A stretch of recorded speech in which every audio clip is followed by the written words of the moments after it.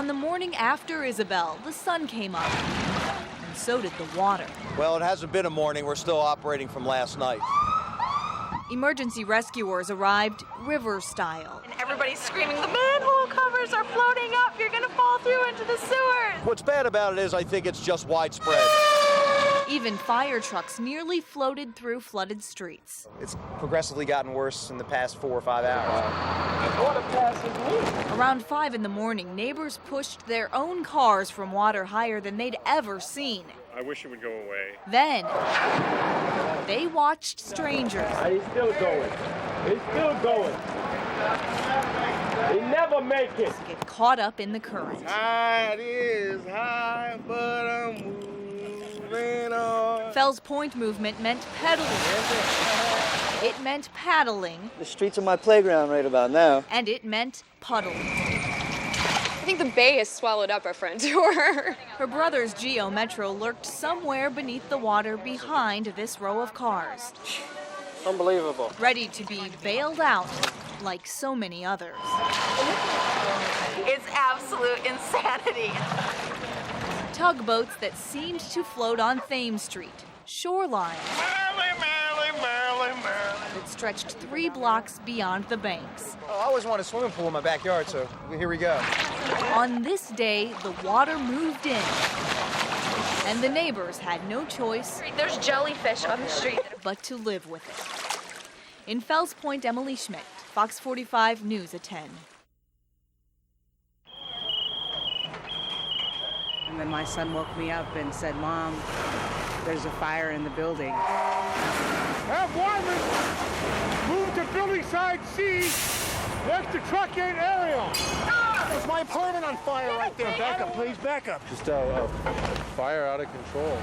That's a crazy, oh, man. Oh, my God. The building is starting to collapse, as you can see. It's collapsing upon itself. Okay, Rich, we're ready for water. As you can see, the building is going to be a total loss. My apartment is the one that is currently going up. It's just blazing. All those Christmas trees that were in there is kindling. This is gonna make me go home and think about people that I love, and probably gonna give all my friends a big hug tonight. Well, we're just trying to put the fire out at this point. I don't know, never seen anything like this before.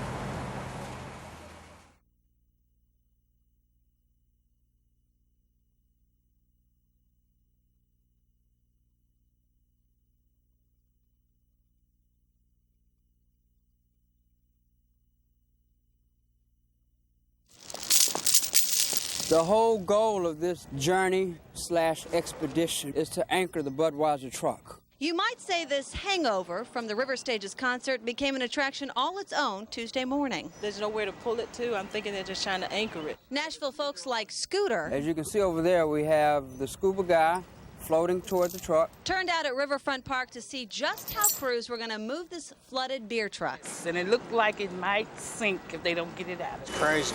It's unreal. I mean, I've seen it high, but not really, like, really this high. Part of the stage, lights, generators, and 2 forklifts also became submerged under the Cumberland River. We had no time frame. The rain started on Sunday night, and no one expected this. But park visitors couldn't take their eyes off the main event. And he's about to go under and attach the chain. And in his attempt, he's going to tie a Boy Scout knot. We've got roughly around 600 cases of cans inside right now. That's going to have to be destroyed, obviously. You can smell it. You can, like, smell from the water. On stage left, other crews strung together porta-johns. We couldn't get the truck down here, so one has to do something. You've got the river here full of porta potties, and they were used for several days. But these guys promised the portables were pumped before the storms hit. Anything good come of this? Maybe some advertisement.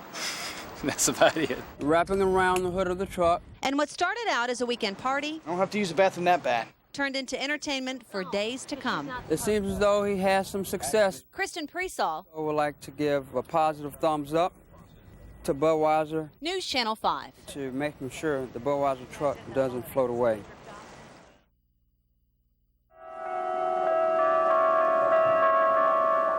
Some things here happen every day. Some things don't. Not here in Lebanon, no. Michael Calhoun was arrest number 1 in this citywide drug raid. We're trying to shut down the street level dealing in Lebanon. Here you go. Ex-con David Litzy was number 3. Hey, you need to come up here real quick. He's made this call before. You're getting me right now. Police is. Syndication and trafficking. Never in front of his son. All right, I love you, Mom. I don't know how long this is going to be. This is ugly right here. It's the parts you don't see on cops. I love you, okay? A 13-year-old boy forced to grow up too fast. You know, they don't think about what it's going to do to their family when they're actually committing a crime. I just dropped my daughter off at the babysitter. Thank God she wasn't there. Oh, whew. Litzy says he just couldn't go straight. Just life. You just get caught up. Fast money. Trafficking cocaine, first offense, first degree. Now, Litzy is charged with dealing crack and being part of a crime syndicate, which is a felony. You have full cash bond, $25,000. He's now facing 20 years in prison. Hey, I'm a man. I'm 40 years old. I can do my time. It's just thinking about your family and your loved one that hurts more than anything. Yeah, that will hurt the most. As Litzy waited to be booked, his son showed up at another raid. A young boy looking for answers. The parents are role models. Possibly without a father to guide him. Little Dave crying. I'm like, oh man, what is going on here? It's rough. The fire's doing a lot of different things right now. We're kind of chasing it, which is not in the position we want to be. 5 days now of towing this line. And with every untightened hydrant. Clamp! And tapped hose. Firefighters feel they are gaining ground. One house at a time. We can see our saves, we can see what we've done, so that's been a really good thing. There you go. But the flames have only gotten worse. Burning now through 38,000 acres of brush. And even with stepped-up air support, tonight they're still losing the battle. My cause is gone. Eric Perkins has already lost, returning today to find his timber business of 7 years burned to the ground. Hopefully FEMA feels my pain. How far down around do you want us to go? Fully 18 mountain communities have now also felt it, have now been rolled out as more fires rush in. It's hard to control something like this. You know, it has a mind, I guess, of its own. On their mind tonight, hope that the arsonist will be caught. If people do it for kicks, I got kicks right here with a size 11. And the belief that all these crews working together will ultimately catch this growing fire. Hey, you know, one little engine crew isn't going to do it. It's going to take everybody.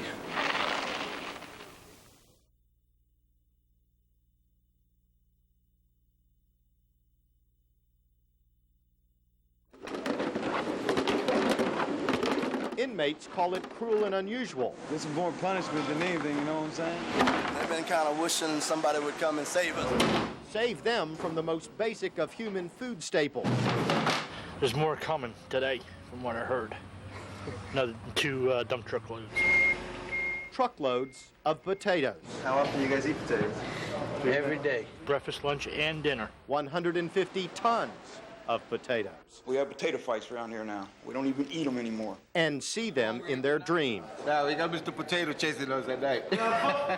The inmate nightmare sprouted 6 weeks ago at the University of Florida's Potato Research Station in Hastings, where Marion County Sheriff's officials learned that after scientists were through studying the potatoes, they were left to rot. In turn, they gave us the potatoes.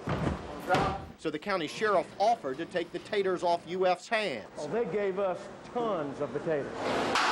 Using inmate labor and inmate stomachs to dispose of them all. I've never seen this many potatoes. The sheriff has so many potatoes now, not even all the inmates can eat them fast enough. 3 times a day. For breakfast, I have home fries. For lunch, I have mashed potatoes with butter. For supper, I'm going to have cheese potatoes.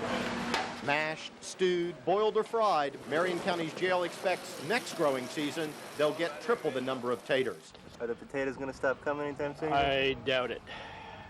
Doesn't look that way. As many as 500 tons. I've been sick of them. Giving new incentive for inmates to stay straight. I don't even want to see another potato as long as I live, once I get out of here. In Marion County, Stephen Stock, News Channel 2.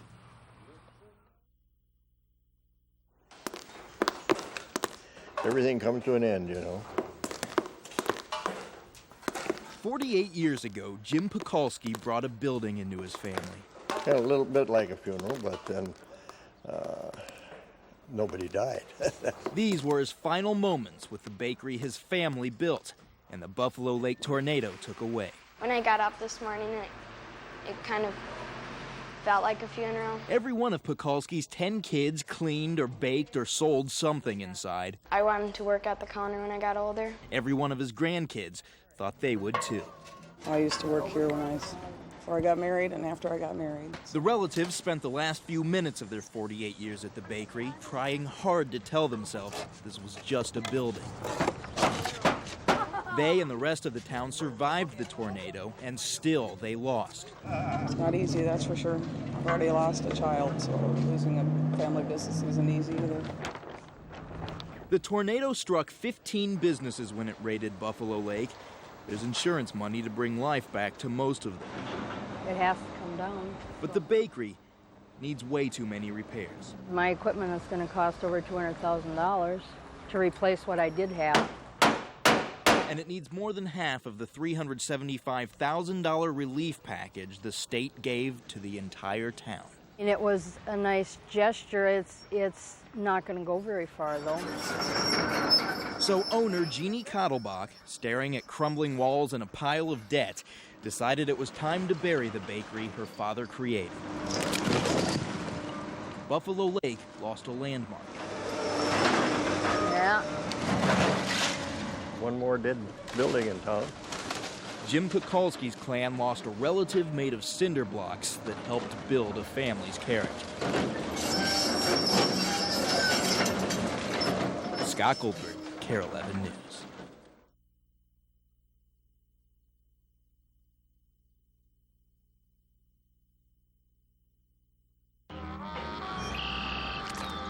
A single line can do a lot of things. A line can have a personality all its own. You know, that one line will pull you into a drawing and make you sit there and look at it. On the streets of Minneapolis, a man they call the Great Scott explores the power of a single line. One line being too long or too short can make or break a whole piece. No one knows the power of a single line like Scott does. See, he's an artist, and not just any artist. Scott paints with 2 white knobs, a gray screen, and a single continuous line. Yeah, it's an etch a sketch. It's like taking a brush and making the right brush stroke in a painting. You know, it's turning the knobs and being able to make the pointer in it move in the right position. He started a few years ago after seeing someone else's work. With a little creativity, you know, you can draw just about anything you want on an etch a sketch. Is that a dragon ship? No, it's a Spanish galleon, and it's a giant octopus attacking it. Oh, that's what that is. Oh, dude. And now, look at this, Bernice. The Great Scott. That is just beautiful. Is starting to get some. This is skill. Pretty great response. Pretty impressive. Really impressive. I'm getting a little following, you know. Oh wow, fascinating. Come see the sketches. It's like one line, 2 knobs simultaneously turning. Basically, it's all one line. But that single line is the fine line between Scott surviving and just getting washed away. See that van right there? That's his home. Well, I'm kind of doing the lifestyle of a pouring homeless. I got everything stacked up against that side of the van there. Not having money really bites. You've got to be out there every day, 7 days a week, trying to make a sale. Which isn't exactly easy. It's kind of like the hurry up and wait game. You got to sit here and wait for people to come take a look at it. And then you got to interest them in buying a copy of it. I sell copies for $2. They're limited edition, numbered pieces. When they're gone, they're gone. Once they hear that I'm selling a copy for $2, suddenly they aren't as interested. Oh, never mind. Yeah, I kind of wish I had a nickel for every time I heard that one. But Scott keeps creating. Try and be gentle about it. Keeps copying. I want to try and have a good product to sell, you know. and keeps peddling his pictures. Ooh, an artist. Here he is, look it. Can she see? Riding a fine line between starving artist and street person. Kind of working on a shoestring budget. But at the same time knowing all too well the power of a line. All through time, you know, there's been artists that have left, you know, their little piece of history. And sell copies for $2. I could almost call it a living. Not quite, but, you know, I'm getting there. Rod Rassman, Channel 5 Eyewitness News, Minneapolis.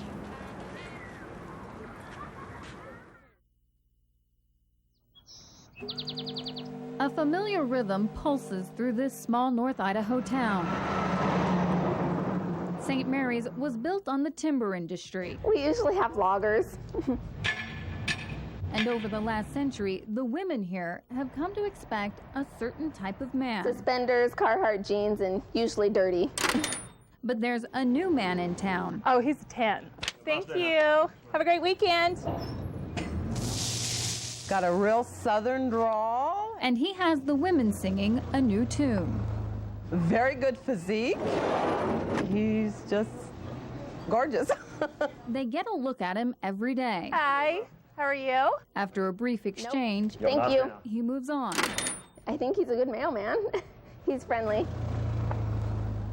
You might look at Doug Spencer and say, he ain't nothing but a postman. But look again, and you might see the king. Thank you. Thank you very much.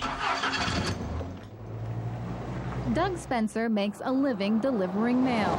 When I'm on the route, I try to just be a postman because, I got a job to do. But he lives for a different kind of delivery. When I sing, I'm in another world.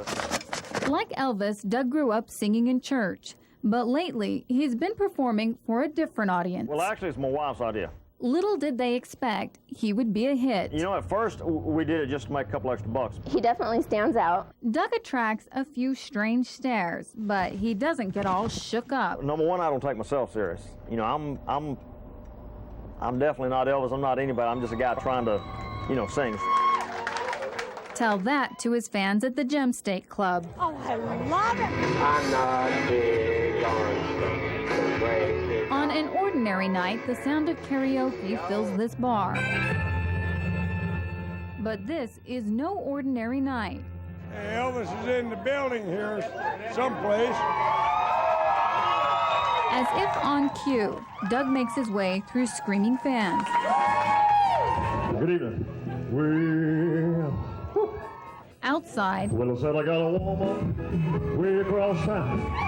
She's good to me. he appears cool, calm, and confident. But inside, Nervous as the long-tailed cat in a room full of rocking chairs. That just about sums it up. Oh, yeah, she's my baby. laced with country and tinged with gospel, a voice rocks the room. Well, I said I got a woman. It's pretty good. It's pretty good. Wait.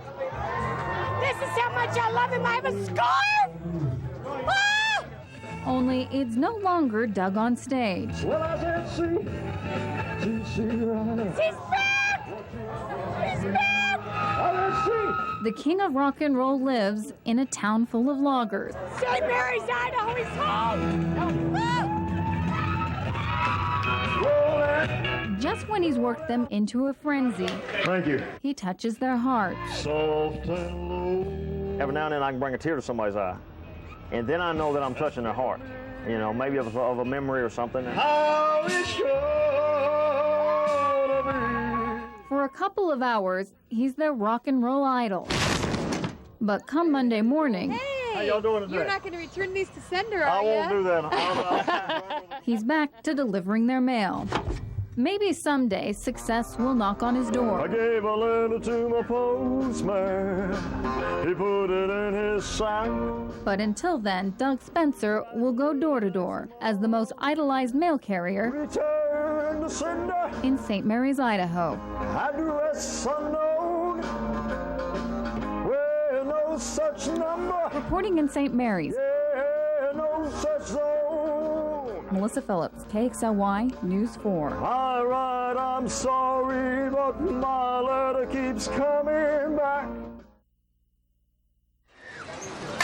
There you go, ma'am. See what I have to say over here. A county fair is blessed with both incense and and a spirited choir. But fairgoers witnessed a tilt-a-whirly Trinity when this year's Benton County Fair also had, bless your riding and wish you well, a priest. Blessing your food joint, you guys. Bless your joint here. Bless your game. St. Francis blessed the animals. Is that right? Father John Bukowski, I guarantee my work, offers pick-a-duck prayers. The rub-a-dub-dub. God be with you here. A ministry of the Midway launched 34 years ago when a carnival stopped in the small town in Iowa. What would you like to pray for? Where Father Bukalskis was the new parish priest. Heavenly Father, come down upon this son of yours, in the name of the Father, and of the Son, and of the Holy Spirit. Amen. These are God's children, and they're forgotten. There you go, buddy. You won it again. All right. An estimated 300,000 people are on the road in America's circuses and carnivals. The closest many come to Sunday services. No way to get to church. Are the churches they pass by in their motorhomes on their way to the next town. If we don't get to church, there's a lot of us still believe, even if we don't go to church. Don't go to church. It's a pleasure to be here at the Benton County Fair. Unless the church comes to them. These readings today really speak to what the carnival industry is all about. The Israelites were people on the move. While still serving 2 parishes back home in Iowa. There's nothing but good intentions. Father Bukalskis is part of a company of traveling priests. Their vestments give them away. From Washington, the priest of open-wheel racing, Father Phil DeRay. For you. And from Boston, the circus priest, Father Jerry Hogan. Do this in memory of me. All gathered together in Christ and in Minnesota to meet their newly appointed supervisor. We're going someplace else. John Kinney, the Catholic Bishop of St. Cloud. Thank you, people who work with carnivals. It's not just Catholic people. It's people of faith who are moving every 5 days. Where do they get baptized? Where do they get confirmed? Where do they have their marriages blessed? Alex, I baptize you in the name of the Father. If Father John Bukalskis happens to be in town, they do it right where they are. Alex, you are now a child of God.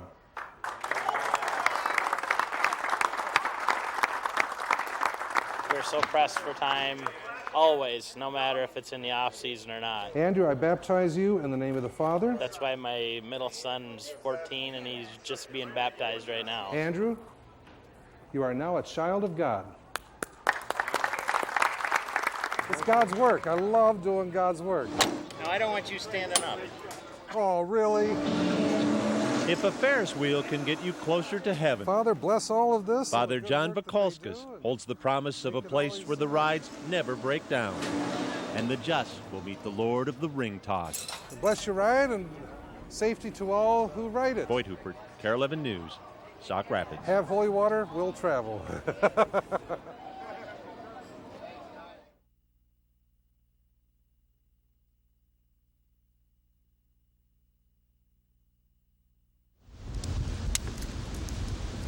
It's a good thing we got that nice breeze today. It's Election Day in Sauk Rapids Township, Minnesota. But those hoping to witness a flurry of democracy in action are looking in the wrong place. We got here, 8 o'clock. No, 7. The polls opened at 7. And, of course, there was really not a whole lot to do. 3 election judges wait for the couple that lives in this house, the only 2 township voters eligible to cast ballots in the local school board primary. Oh, yeah. Voters who have made it very clear they are not showing up. Chances are they're not going to come to vote because they're going to be leaving for their honeymoon. Yet here they sit, captives of a state law that says polls must be staffed and open, even with 0% turnout, a virtual lock. Yeah, we get to sit here till 8 o'clock tonight. It's the law. It's the law. The way it is. Yep. The same law also lays down some ground rules that have time moving at the same speed as the hands on this broken clock. We cannot play cards. We cannot have a radio. We cannot bring in our little TV set. Well, we can swap recipes. Oh, yeah. That's legal. In truth, the only electoral exercise that will take place in the old schoolhouse today Yeah, I vote for Kentucky Fried. involves another all-American tradition. Kentucky Fried? Yeah, yeah.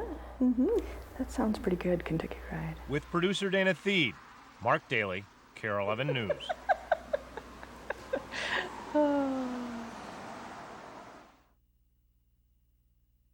Clamp it to the bench like this. Pay a visit to Jim Bishop's metal shop, and you'll quickly learn. Then twist it. If Bishop has an off button, here, watch this. He almost never uses it. I'd rather be nutty than normal. He walks fast, he talks fast. I'll put my face shield on. He shapes metal fast. When I read my name in the obituary, I'm not even going to get up that morning. You know, I know it's over then.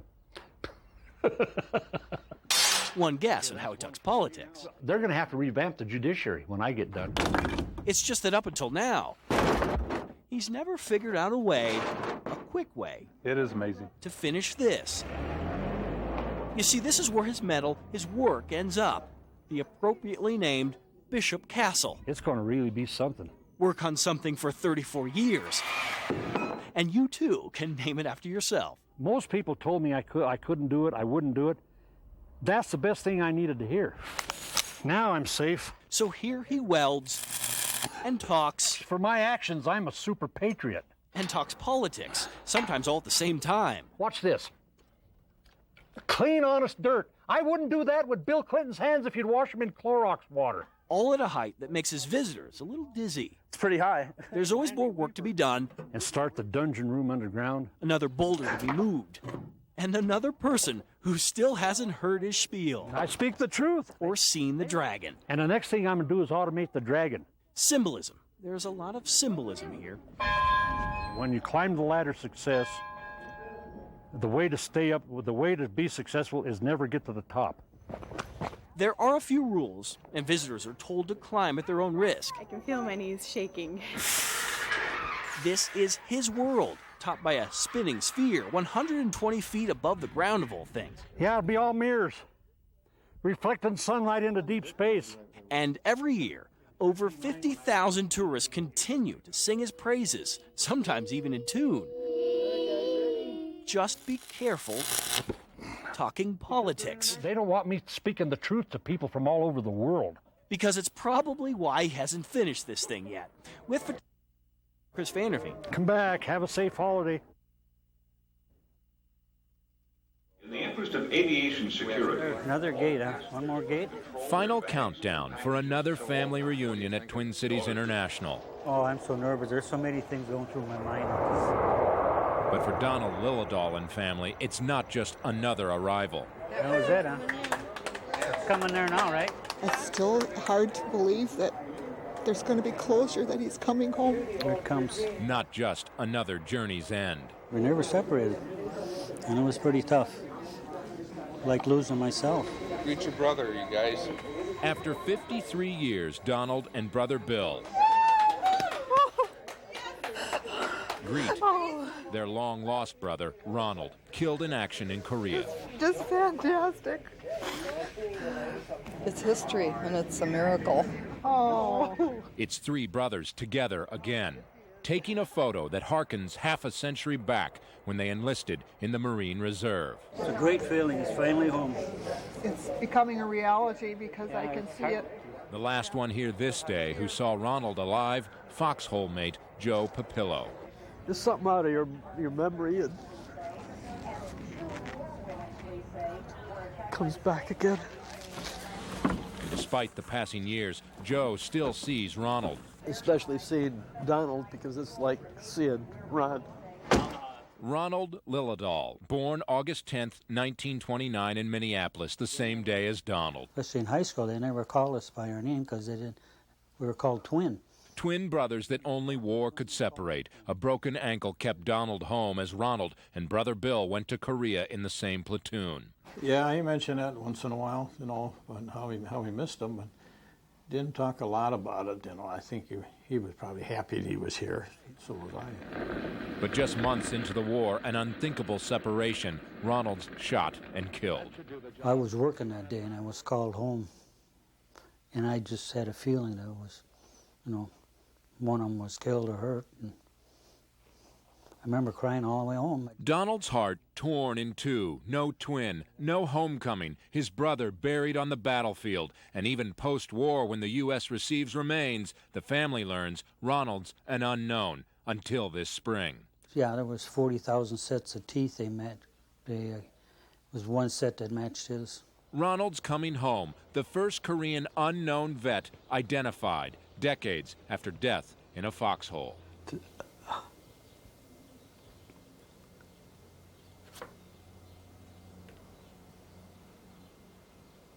It's something that our country is proud of, to take care of their own.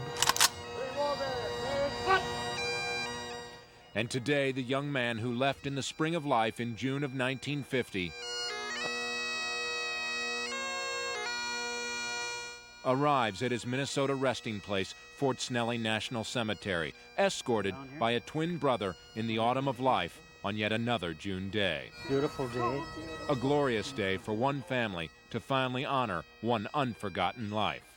Those words on Ronald's line, "Well done, my good and faithful servant." And the twin who didn't see combat, but who died a little 50 years ago, stood in his brother's place this day. It's with our thanks, sir. Thank you.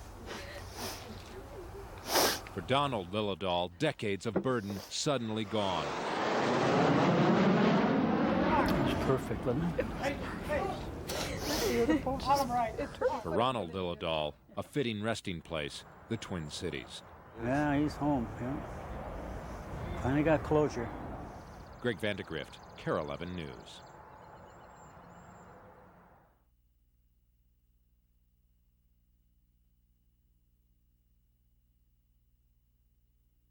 Thanks a lot for coming today. Testing 1, 2. How's that? I'm Dan Fortuna, one of the organizers here. Perfect. Sign the paper, fill it out, and then you'll have to get weighed. This is one of the biggest tournaments around. A pro-level, high-level event. He's 172, he makes the weight. There's just like a buzz in the air with these type of quality people that come in here. Good luck to you today. Okay, you made it. These are the big guns that come from around the world. Hey, John, go up to the scorekeepers, please. We got the best in the world here today. You're good for 2 weight classes. You're good to go. I started competing about 14 years ago. Total arm wrestling virgins. It's a lot of fun. Cool. I'm just hoping that today I could come and pull it off. You know, I brought the guns. Some of these people have sloppy handwriting. Welcome to the New York City Big Apple Grapple. We're going to have a great event. Now give me the wrist. A little more, a little more, a little more. Let's go, Steve! Ready, go! All the arm wrestlers know each other. Good match. They know who the top dogs are.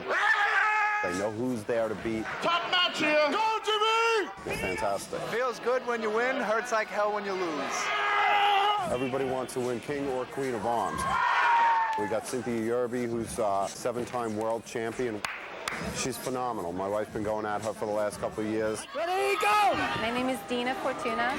I'm from Wading River, New York. Good match, bitch. I came in second in this particular tournament. I'm Empire State Champion. From the day I met my wife, I knew she was like an Amazon freak of strength. That's good. More than a trophy, I want to beat her once. And we'll see. Hopefully. I want the trophy. Ready, go! I'm Amanda Fortuna. I'm 15 years old, and I'm competing in the Big Apple Grapple. When my daughter's up there, it's like I'm up there with her. You know, we wrestle around, we play, and it's like I feel how strong she's getting. It's a tough match. If we were to go against each other, I couldn't honestly say she wouldn't beat me. I want that wrist. I want that wrist. Come on, Chris! It's a great camaraderie sport. Ready, go! We get to hang out with all our friends. I'm going up there. Amanda Fortuna has no losses. I try to stay calm, but I tend to get a little nervous. Ready, go! Normally, when people find out they're going to be arm wrestling me, they take it as a joke. Amanda! They just really don't take it seriously. But then when I actually arm wrestle them, especially if I beat them, it's definitely taken by surprise. Amanda Fortuna! I'm very proud of her. Awesome! She's amazing to me. Amanda winning the 135-pound weight class, I mean, it was phenomenal. Go! Overall, it's a great sport. There's a lot of stress on you, but if you're able to win and succeed, it's great. Dina Fortuna and Cynthia Yerby. Come on, Mom! I definitely found that I can't overpower her. Let's go, Dina! I want to just tear it up, slam it down, you know, make the powder fly. Stay high, Dina, stay high! Ready, go! Good job. Cynthia! Amanda Fortuna takes on Cynthia Yerby for the Queen of Arms title. Wrist against hand. Ready, go! She gave it a good shot. She really did. I mean, I'm proud that she was even up there. So very proud of Dina and Amanda. They hold their own, come in second place against a 7-time world champion. It's pretty darn respectable. It's a dream. She's just great. I'm happy as anything. Up, pop them, clear it, clear it, clear it. There you go. Nestled inside Centaurus High School, just past the squeaks of numerous size 11s. There you go, there you go. You will find a direct path into the heart of the Warriors. Okay, back down, other man, ready. It's not just a room. Go. It's a place where people can achieve their wrestling dreams. Get them away, get them away. There you go, let go, boom, come around, that's it. The Mario G. Maestas Wrestling Room is not named after the school's greatest wrestler. Step, now go. Not named after a state champion, That's simple. but after maybe the hardest worker and biggest hero in Centaurus history. Because he was the heart of a champion. Mark Schmidt coached Mario in the 90s. He's respected him ever since. And the sky was the limit for Mario. Maestas died serving his country in a Navy SEAL training exercise this summer. And he just gave it all and gave his heart and soul to this room. Okay, just wrestle. You're wrestling. You're wrestling. You're wrestling. And so school officials felt how better to honor that commitment. Good position, good position. Than by honoring the role model. Where's your head? Where's your head? Where's your head? Who said it? Nice. I think by the time they start wrestling and leave this room, they will all know the story of Mario Maestas, and it will touch their lives in one way or another. Give him some push. Give him some push. It sounds there you go. Like it already has. I just admire him for what he's done. It's a funny feeling sometimes. When I come in here, sometimes before practice, I get chills looking at the wall. Before this, it was just another wrestling room, and now boom, there's take it, something behind it. Spin, go. Like a work ethic. Scoot your hips. A tenacity. Now rotate. A dedication. Go. Mario's spirit lives in this room. The spirit of a warrior. Boom. Do it again. Switch. Reminding everyone. Nice. Nice. What it takes. That's better. To be a champion. Let's go. Get set. Back up, back up, back up. Nice, nice, nice, nice. Who's going? Who's going? Better, better, better. With the partners. Let's go. Ready? I think Mario will live in this room forever. You figure Centaurus High School will see to that. Long live the legacy of Mario Maestas. Adam Schrager, 9 News.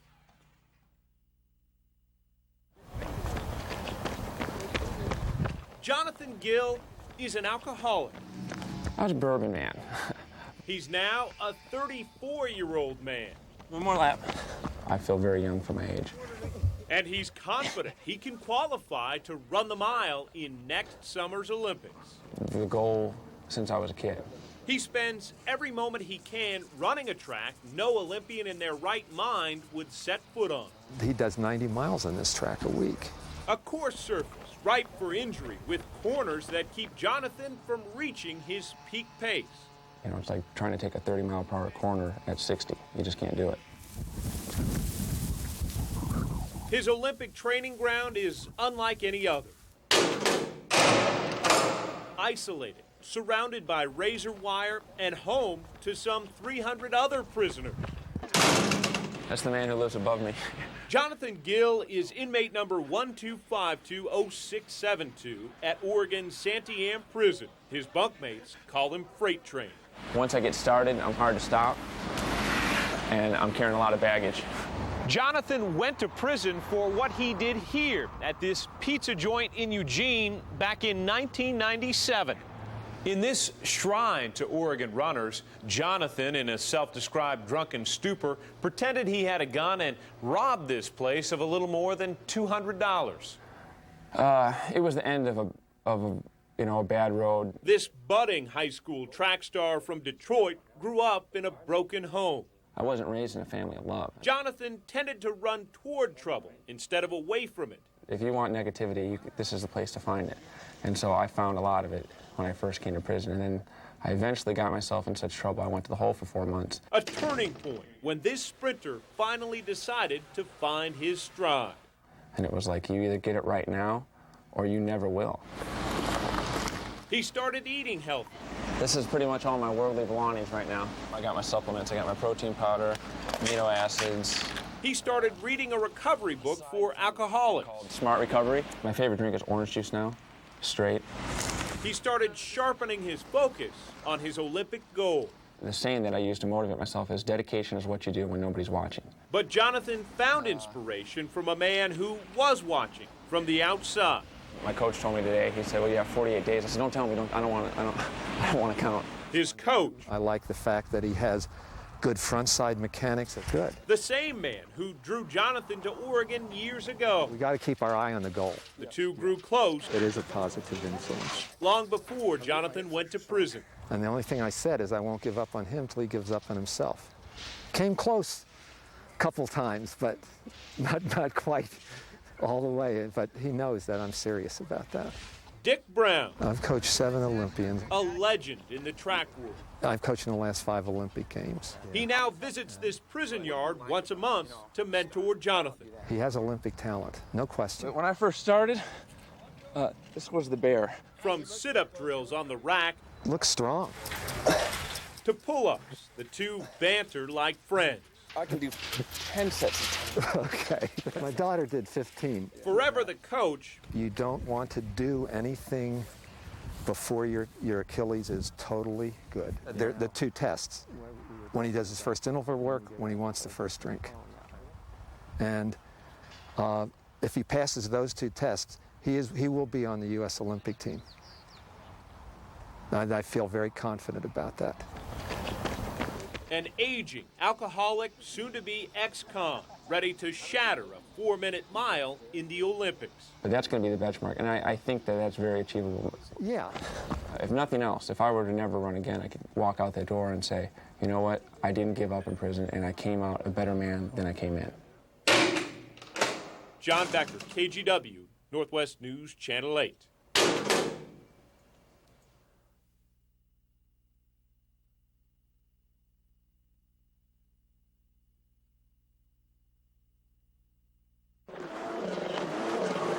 Oh, it's beautiful. I'm watching the jet skiers go up and down the inlet, and the waves crashing on after. It looked like it's picking up out there a little bit. If you hear the glass go pop, I'm running. I'm just putting the name of the hurricane on the board, just like we have all the others. City officials have ordered a mandatory evacuation. I started boarding up mine the other day. Hurricane warning is in effect. I've never seen it this wild. But this is phenomenal. I can't understand it. There's nobody on that Ferris wheel over there. What you should do is to shelter in place. We're filling bags to help protect against the hurricane that's coming in this evening. We're expecting a lot. That's what it is. That's what it's saying. We're expecting a lot. We don't worry about the rain or the wind very much, but the flooding is the worst. It's progressively gotten worse in the past 4 or 5 hours. Whoa, bro, you better slow down. We never make it. Well, it hasn't been a morning. We're still operating from last night. Oh, I always want a swimming pool in my backyard, so here we go. It's absolute insanity. There's jellyfish on the street that have come up from the water. We're now starting to get people with water flooding in their first floor, so we're doing a lot of evacuations. Everything's just gone, like our whole house, like our memories and everything. Gone completely. 1 at 42.5. It was very, very savage. You know, nature is brutal. And it was like the ocean was in my yard. The fury that Mother Nature can bring upon us is unbelievable. Ray, there's a step over here. It's all underwater. Reminds you of the story of Moses. Thank God I'm alive. Well, we've been out of electricity since 4:30 yesterday. Terrible. It's been pretty rough. We're in well water up here, so not only do we have no power, we have no water. We look at this, and even having no water and power, you know, we feel fortunate that we weren't underwater. Lucky to get out alive. Everything in the house that I accumulated in 52 years. Yeah, I'm not going to save nothing. Boy, it was a bitch. This is the Red Cross. We have some hot meals on board. I've never had to ask for anything, and my pride has been hurt, and I'm humble. Even though you lose property, you learn an appreciation for life. We've got a lot to do. We're trying to find out what we can do and how we can do it. You stick together in times like this, and you learn to help out.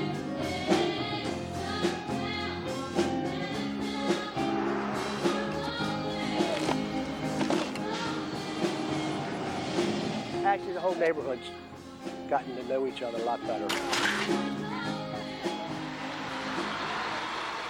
We're going to get help, and we're going to rebuild it, and that's what we're going to do. That air is nice, isn't it? And I was thinking, look how bad it was in here, a nice day like today. So this is home. You know, it's hard to take it away from you after 52 years. It would break my heart if I had to move with me. I don't care how bad the storm was. If it tore my house down, I think I'd put up a tent and live out here.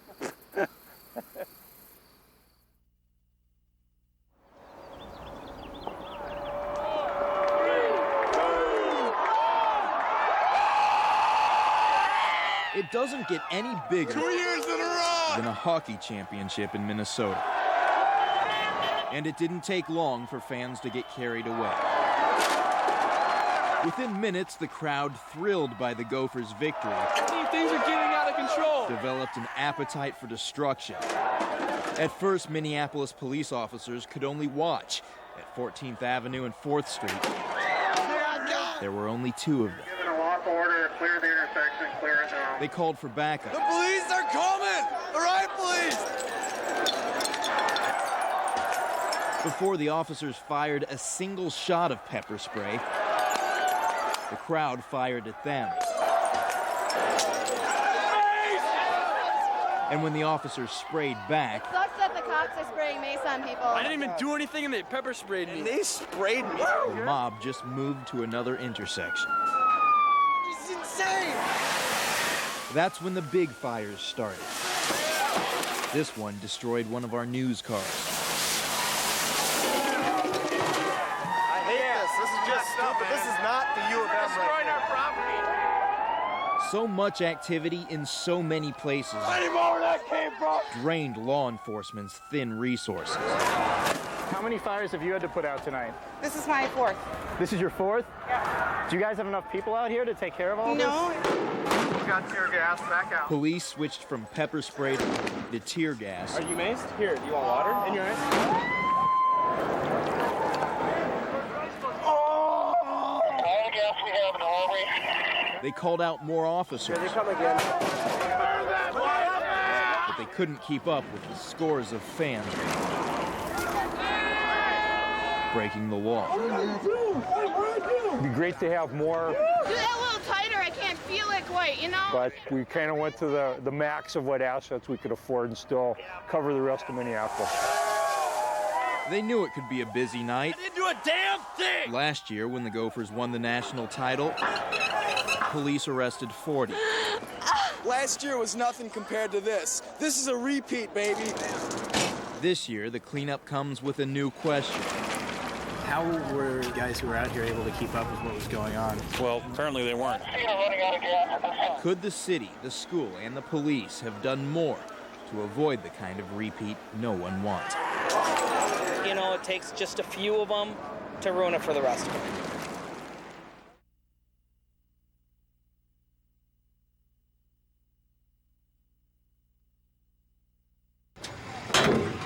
Put it all down. Just hurry up. We're already late. On a patch of Kuwaiti sand known as Camp Matilda, Sergeant Amanda Solis prepares her Marines for war. Check, It's a long way from Seguin, Texas to this desert.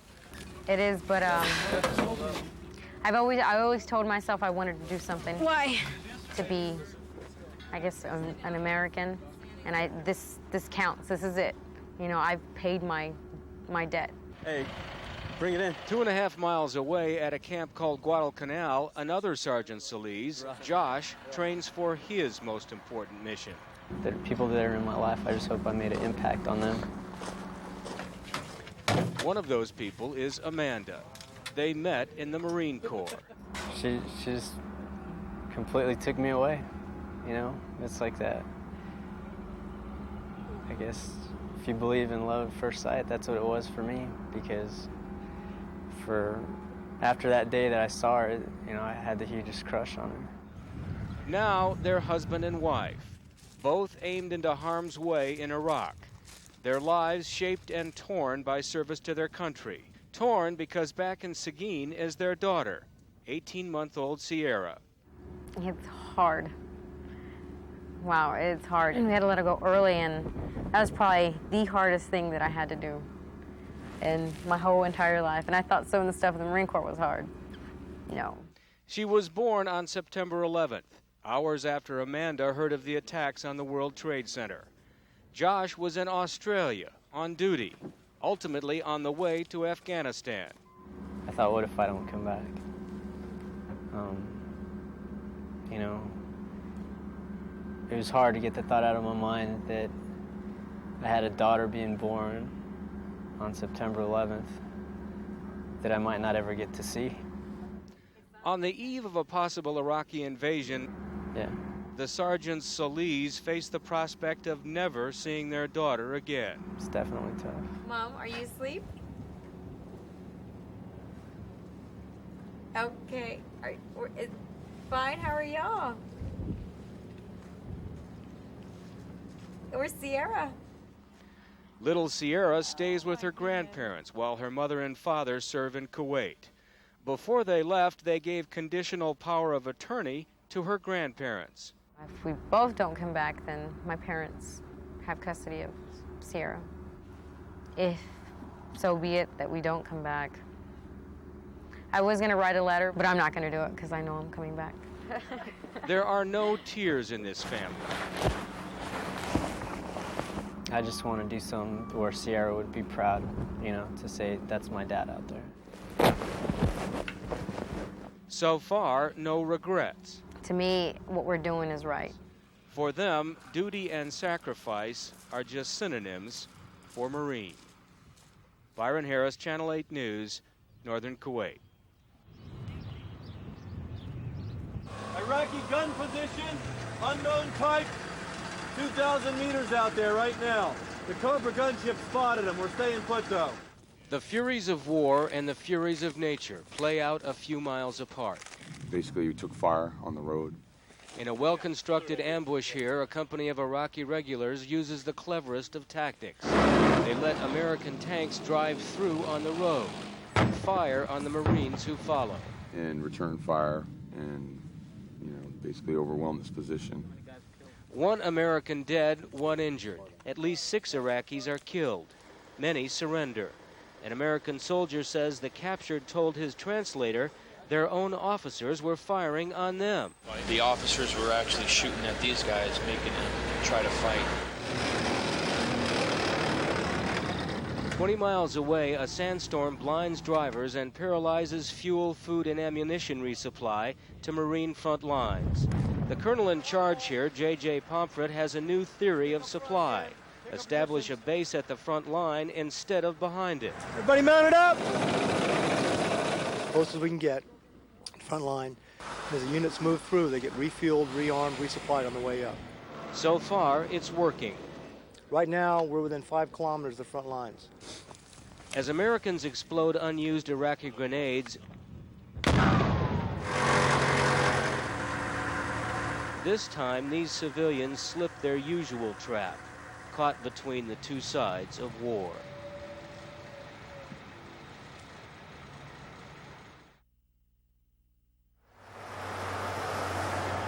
Here comes a customer. People go to the movies to escape reality. 1 adult and 3 kids. That is $5. At the Falls Theater in River Falls. Thank you. Suspension of disbelief starts at the ticket window. Hi. Hi. Do you still have room for people? Yeah. It's possible there's another theater somewhere employing a 7-year-old ticket seller. But we defy you to find another theater playing first-run movies at these prices. $2 for an adult, 75 cents for a senior, and $1 for a kid. Thank you. It's easy to see how a town could grow fond of a theater that hasn't raised ticket prices in 20 years. 6 of you is $8? Yeah, they're only $1 each and 2 for us. But the Falls Theater was just a building until its owner gave it a soul. This is my grandpa right here. Stan McCullough, there on the left, died from lung cancer a year and a half ago at the age of 82. I mean, he's around all the time to me, you know. His wife, Margaret, and the rest of his family can blow away the projection room dust and still feel his presence. Yeah, and he used to give me a squeeze hug. Yep.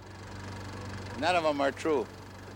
You may remember Stan, too, from a story aired on Care 11 4 years ago. You know, when somebody comes into my theater, he's got 4 kids, him and his wife, I tell him, pay me for 2 of them.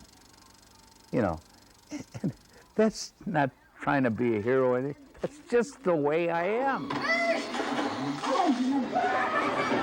His was and is a way of business that's being lost amid a mountain of multiplexes and a sea of imitation butter. It's the real butter. Customers just figured when Stan passed away, the Falls Theater would die too. Well, I think that's a lot of people in town thought. Those people forgot one thing. While Stan was holding firm on his prices, he was raising his legacy. This is the real glamorous part of the job, as you see. Stan's daughter, Mickey, her kids in tow, is back at the theater she worked in as a child. Monroe, come help me with the cord. Though it's not quite the way Mickey remembers it, with its seats now frayed and sagging, and its sound curtains torn. Dad ran it towards the end thinking that it was going to be, you know, the day I go, this goes. So he wasn't going to invest in new seats. $2 tickets don't pay for renovations. But Mickey hopes 3 decades of her dad's generosity will. The idea came from a retired local printer, publish a book they'd call Stan's Legacy, then sell it to pay for repairs at the theater. I had to cut off the advertising, or otherwise I would have had too much. It brings people to town. Inexpensive evening of entertainment. It's been a long time, monumental draw. Publishing costs were covered by local business owners who also contributed memories of Stan. Like doing things his way. It's nice to see such a family operation. The theater is the last of a dying breed. But the heart of the book is Stan's old calendars of upcoming movies, for years accompanied by his personal and always honest reviews. He would often say, don't bother to come. Just don't bother to come. This one's lousy. It's all I could find for you people, so just don't come. He would tell them. As books are sold, work on the theater will progress, though Mickey asks herself the same question with every change. Would her dad approve? I mean, it's not mine. I'm just the steward of the place now. I am just here to make sure it's still in the spirit of how Dad would have wanted it. Which means at the Falls Theater you can still get a small popcorn for 50 cents. Small plane. And have it topped with real butter at no additional cost. It's not about making money from this business anymore. It's about maintaining this, what my dad has built. If it were just about money, the Falls Theater would be boarded up by now. A multi-screen would be under construction at the edge of town. Singing to me on my lap. And Mickey wouldn't be waiting out the late show, balancing the books and a bedtime story. Does he find out that he's more than an ugly duckling? It's not hard to think that he's still sitting there once in a while. I think he keeps a close eye on the place. Everybody thinks we found this broken down horse and fixed him. A typical Hollywood film lasts 120 minutes. River Falls is producing a love story it hopes will never come to an end. It's still his theater. Yes, it is. Boyd Hooper, Care 11 News, River Falls.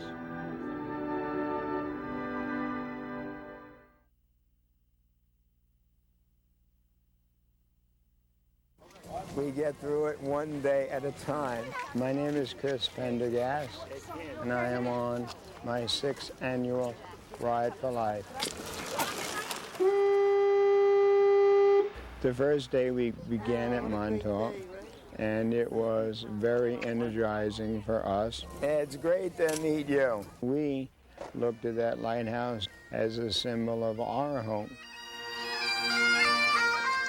Let the ride begin! Living with ALS is a tremendous challenge.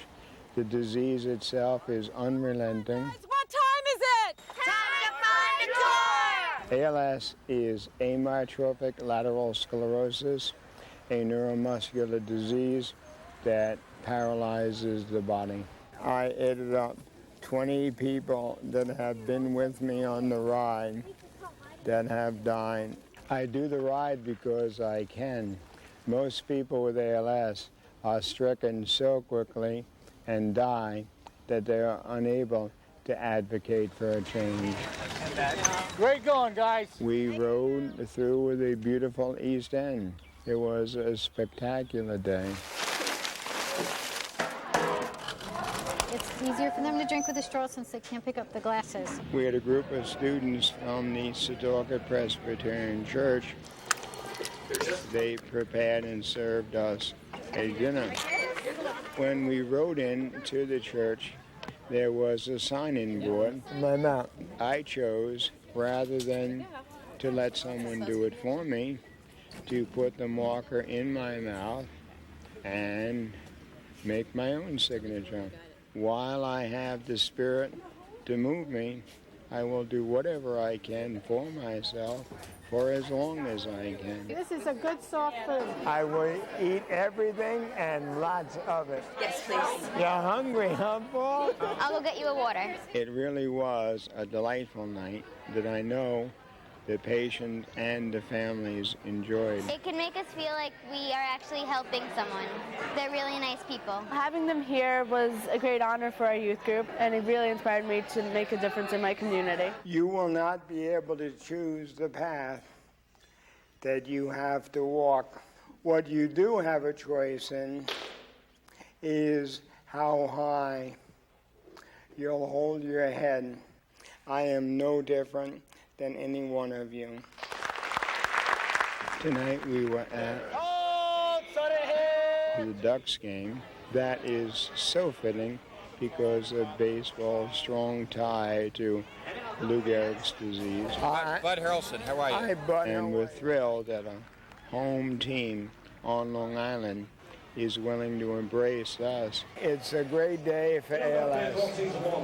Not a great day to have it, but a great day for it. A high five. Thank you. We really loved the entire evening. At night, we go to the hotel. My name is Christine Pendergast, and I'm the wife of Chris Pendergast. My wife is a very big part of it because she is able to input the information since I can no longer type. Never stop believing. The emails certainly energize us. I'll be cheering everyone on tomorrow. Sometimes you're out on the road and it's a long day and you're tired. You are an inspiration to all of us. Thanks. And then you hear the messages from people who have been logging onto the website, and we like to hear that because it gives us the motivation to go on the next day. Northport is my own home district. I worked as a teacher for 33 years. You are wonderful. He's a real hero. He is a true hero. It's not about finding a cure for him. That's not his concern. He wants to help other people. Riding on the road is really like riding life. There are unforeseen bends and curves. It is a lifetime's experiences rolled up into one event. Hi, Ann. Chris Pendergast. Welcome to the Ride for Life 2003. You ready to rock and roll? The last day is sad because it's all over. And the friends that we made this year may not be living when we do the ride next May. In fact, I may not be living. Coming over the Brooklyn Bridge is always an awesome experience. It looks like a set from Spider-Man. The skyline is so majestic. The bridge is the quintessential location in Manhattan. We hope that the seeds of awareness that we spread this year will take bloom. All we can do is hope. My wife, my soulmate, she is truly my best friend. It's very exciting to realize that we've made our way all the way from Montauk into Manhattan, and it's a major accomplishment. The ride has continued to grow in spite of people that say it can't be done. 6th Avenue is the avenue of the Americas, and to be able to ride down it with 7 other patients in our wheelchairs. This ride means hope for a cure. People are crowded on the sidewalks, intersections being blocked. Behind us, a couple of hundred volunteers and supporters. What else can we do but be here for him and try to raise whatever money we can? It's an experience of a lifetime. My husband Michael passed away April 25th, 2003, and he loved doing this ride. Ride for life? When he knew he was going to die, that's the first thing that he said is, I'm not going to get to do the ride this year. We need to spread the word. Montauk Point Lighthouse to Manhattan. They don't know what ALS is, and we're hoping this will educate a lot of people and empower us to find a cure. My son, Buddy, I don't think I could be where I am today if it was not for his help. Another year has gone by and you just think about next year's ride, what faces you won't see. That's the thought that's always in my mind. Every ride we elect to end with an interfaith prayer service, memorializing those that have fallen and praying for those that are currently struggling. A very fitting way to end the ride. Dennis Crane, 2003. We read 90 names of deceased patients Peter Gazelle, 2003. to symbolize the 90 minutes that it takes for another ALS patient to die. My husband, Michael Byer, 2003, New York. I hope she was at peace, knowing that we've carried on the battle that he so bravely fought. We've dubbed the Ride for Life a journey of hope. I hope that there will be other patients that will have the courage to keep the battle going.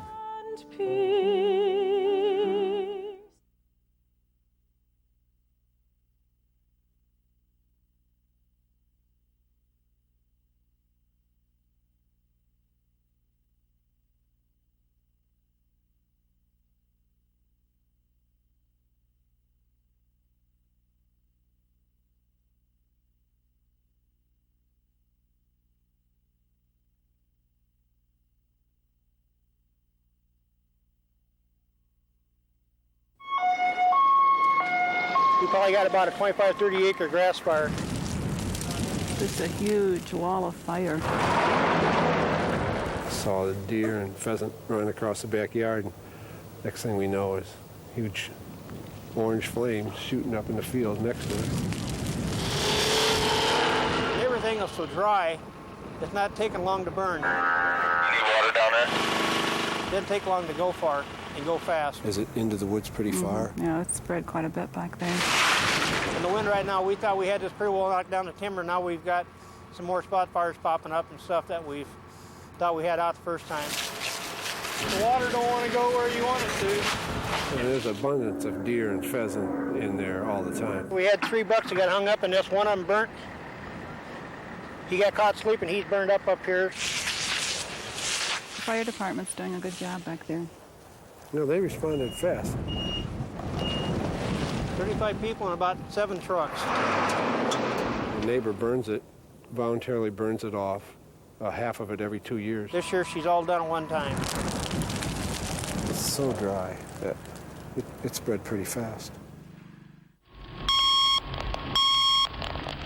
I've got a heck of a mess on the southbound side.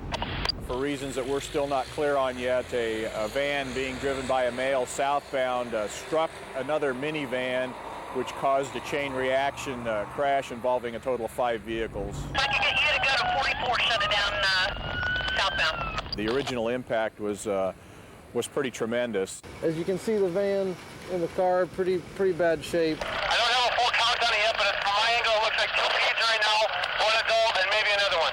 Looks like 3 adults and 2 children that were injured. We're going to need your extrication stuff first. Marty, known from radio traffic that we had 1 patient trapped that was pinned in between the seats, very confused, in and out of consciousness, an obvious airway problem. The response time is critical, so every minute counts. It's clockwork. It's cold. Definitely the cold is a factor. So in a situation like this, we want to get patients out of the car as quickly as possible, as safely as possible, making sure we take the necessary precautions for spinal immobilization and then get them into a warm environment like the ambulance or the helicopter in this situation for the patient that was trapped. Let's just get ready to lift. Give them an ETA of about 10 minutes. Dispatch, my flight's off. 17, you said there were no life-threatening injuries? We've got original indications that there were more serious injuries than it turns out that there actually were. These people are very lucky. Whenever you come out of a situation like that unharmed, you can count your blessings, that's for sure.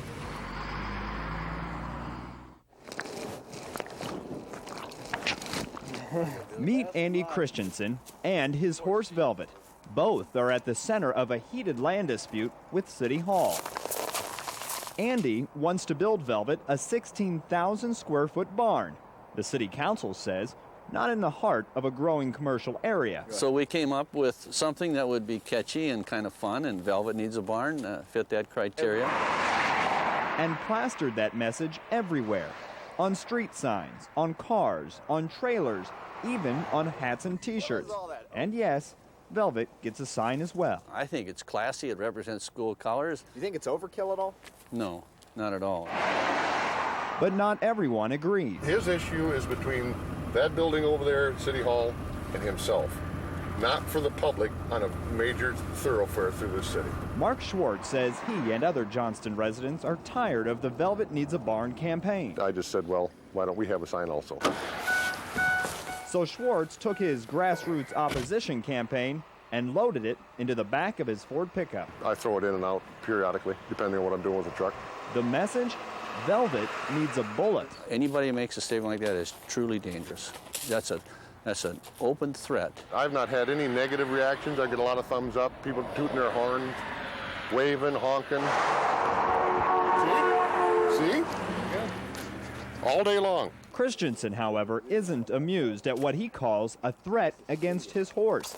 And he adds, an honest disagreement is one thing, but this isn't the way to go about it. This is exactly how simple little things happen, and all of a sudden you got horrific violence. No, that's not true. I'm not a dangerous man. Look at me, I'm smiling. But Christensen isn't.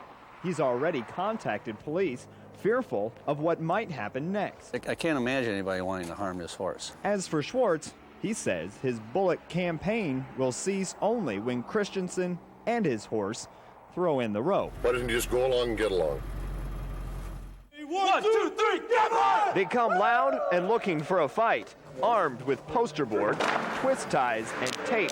These campaigners are making sure dinner in Iowa never looks the same again. It's the best way to get it ready. Judging by the pace, Well, we're going to go ahead and just go over some quick rules. you'd think the race for the White House begins at the front door. Go! They use ladders, they use shoulders, and the fastest feet they can find. It's a pulls no punches grab for poster position. Is it illegal for them to be blocking those green things? And just like in politics, people do get hurt. It's getting tough. It's getting closer to the third round. We had a little bit of a sprain in one of the teammates, but hopefully they'll be back in a little bit. But is it really worth it? Just signs galore everywhere. Staffers say it wouldn't be a race without it. It's fun. I think a campaigner is, a competitive person. In Des Moines, John Cahill, Channel 13 News. Note that I'm not going to feed the ducks. Well, they aren't ducks, they're geese. Evan McGee and his dad have come to know the Canadian residents at Waterworks Park pretty well this summer. Let's go sneak up on them. Evan has been working on cracker tossing. Frankly, his delivery needs work. But there are plenty of other goose feeders out there to get the job done. Although if the geese pass on your handout, don't take it personally. I don't have any audience, so they all went away on it. They get free food all the time. Yeah, I just throw it out there and maybe they'll see it. It's no wonder geese flock to Waterworks. No predators, no hunters, and a bottomless buffet. We can hear those airplanes going over right now, and I guess that indicates some of the concerns we have. Waterworks is under the flight path of Des Moines International. Birds and planes are dangerous together. I've seen some FAA photos of airplanes that have been completely destroyed, as a result of bird strike. Last year, there were 10,000 bird strikes reported in the United States airspace, according to the FAA. I think that we need a goose task force here in Des Moines, much like we have a deer task force. The DNR has been working closely with Des Moines International on this goose problem. They could disrupt nesting by destroying eggs. They could harass them with dogs, round them up, like earlier this year when they removed 250 geese from waterworks, although at least 100 still live here. My biggest fear is in the fall when we get migrating Canada geese and they find geese sitting here, they come down and join these groups. Or they could ask the city to allow a one-time hunt at waterworks. Whatever the solution, the DNR and the airport wanted to keep goose out of waterworks permanently, which won't go over well with a lot of bird lovers. There you go. And Evan was finally getting the hang of it. Good one, buddy. Mark Toshek, Channel 13 News. That one spun you all the way around the circle, didn't it? Halfway across the golf course, I knew that something was wrong. When he came to work, Chris Hickman expected everything to be just as he left it. It wasn't. It was looking to be a good week. Get lots of rain, hopefully get it looking real good. Don't know about that now. Overnight, someone took a shovel to the green on the 6th hole. It appears whoever it was wanted to make a mess. Sleepy Hollow hasn't had to deal with this type of vandalism before. Their plans are to take the sod that's left over and try to reassemble the green, kind of like a jigsaw puzzle using divots. Estimates are it'll cost them between $1,000 and $5,000 to get the green back to the way it was before. It broke my heart this morning to see this like this. Steve, the elder Hickman, manages Sleepy Hollow. He's watched Chris groom the course and knows how hard it is for his son to see 5 summers of work destroyed in a matter of minutes. I've tried to figure it out this morning, you know, who have we made mad?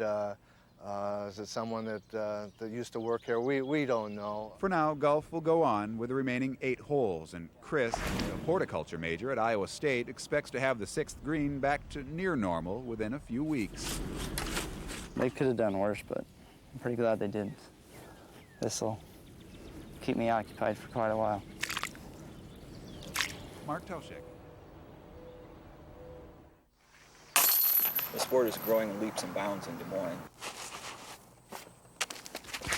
So right now about 500,000 people around the world are playing it. Everyone plays disc golf. That's the way they're supposed to go in. Disc golf is a sport played very similar to ball golf. Instead of a ball and clubs, you're using a disc. You have pars, bogeys. Didn't turn. Stay out of that tree, please. Please, please. Putters, drivers. And really all you need is one. I carry about 20 of them. I carry probably 10 to 12. Now the goal is to put the disc in the basket in the fewest number of holes. What makes the sport fun? The sound of the ringing chains when you hit your putt. Iowa has the 3rd most courses of any state in the nation. It's a huge thing. Iowa's probably one of the top as far as numbers of players. Disc golf flying into Iowa. Typically it's big communities. For Des Moines to get it is really it's an honor, and it's probably like hitting the lotto. The Disc Golf World Championships are only held once a year, of course, and this is a big time because we're getting all 3 of the events. The pro worlds, the amateur worlds, and the junior worlds. So it's kind of an incredible thing. An addiction, really. It's that much fun. People are seeing it, going, what's that? And then they're getting out and giving it a try. With the World Championships, we need our companies, we need our people. Hopefully everyone plays a part and enjoys the sport for the wonderful game that it is.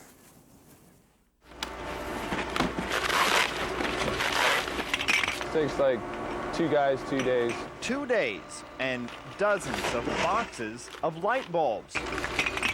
That's all Mike Brown and Chuck Davis need to change the Metro skyline. I've been doing it for 6 years. He's been doing it for about 11. It's a labor of love their loved ones would rather they not do. My mom was real, concerned when I first started doing it. Understandable. After all, this is where these two start their day. 476 feet above the Metro. There we go. A safety harness. Rattly rooftop crane. For these two, a light bulb change defies the laws of gravity. You hooked up, Chuck? We're gonna go down a little. It is time to do some bulbs. For the next 2 days, these window washers will trade in their squeegees. Light bulbs are their paintbrushes now. The 35-story Ruan building is the canvas. You know, it's cool that we're the ones that change the light bulbs. It's a switch made every 6 months. We usually drop one every time we change them. From red in the spring to white in the winter. Drop one? Their work outside is quick to stop work inside. Everybody thinks we're crazy. But in fact, these two are just skilled, we think. When you drop a light bulb, man, you know, you want to yell, look out. A vertical stretch here, a horizontal stretch there. Through it all, their stomachs never turn. When you come to work and it's fun, you can't ask for a better job than that. For Mike and Chuck, this job is more than a paycheck. It's a view the entire metro can take pride in. Was that funny? Not one broken one all the way down the building.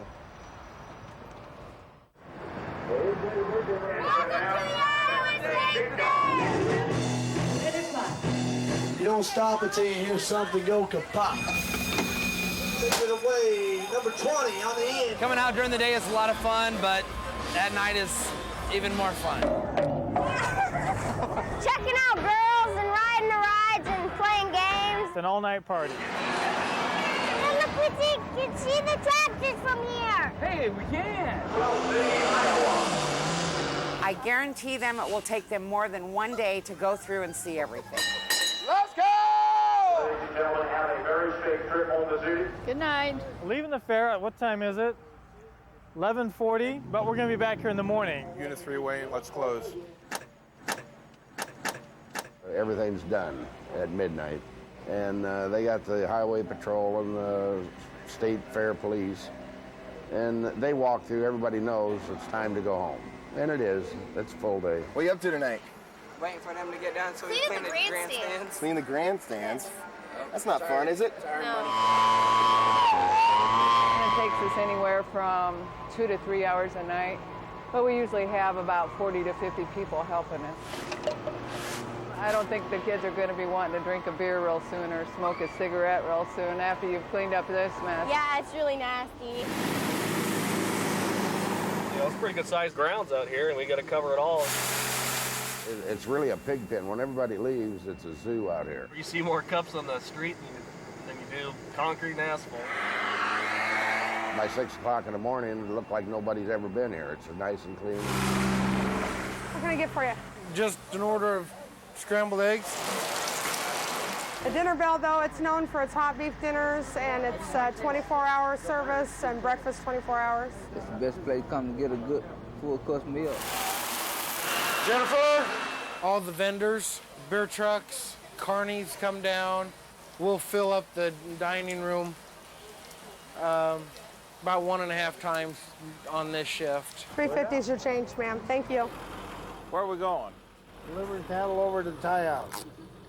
Now you just sit still a minute, and I'm going to give you a stamp that's good to mark because you're coming in after midnight.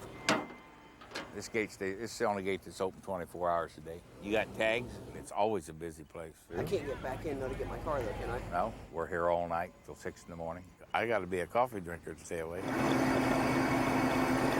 It's a family outfit.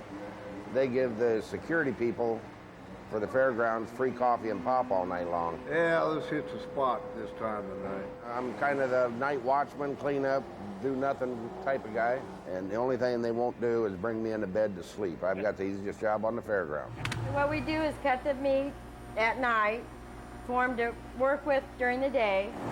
We probably do about 700 pieces of meat a night. I try to get in and water the flower beds and the flower planters before the crowd gets here. So I try to get in about 4 o'clock every morning. Although sometimes that means fumbling around in the dark trying to get it attached to the faucet. I get a lot more done this time of day.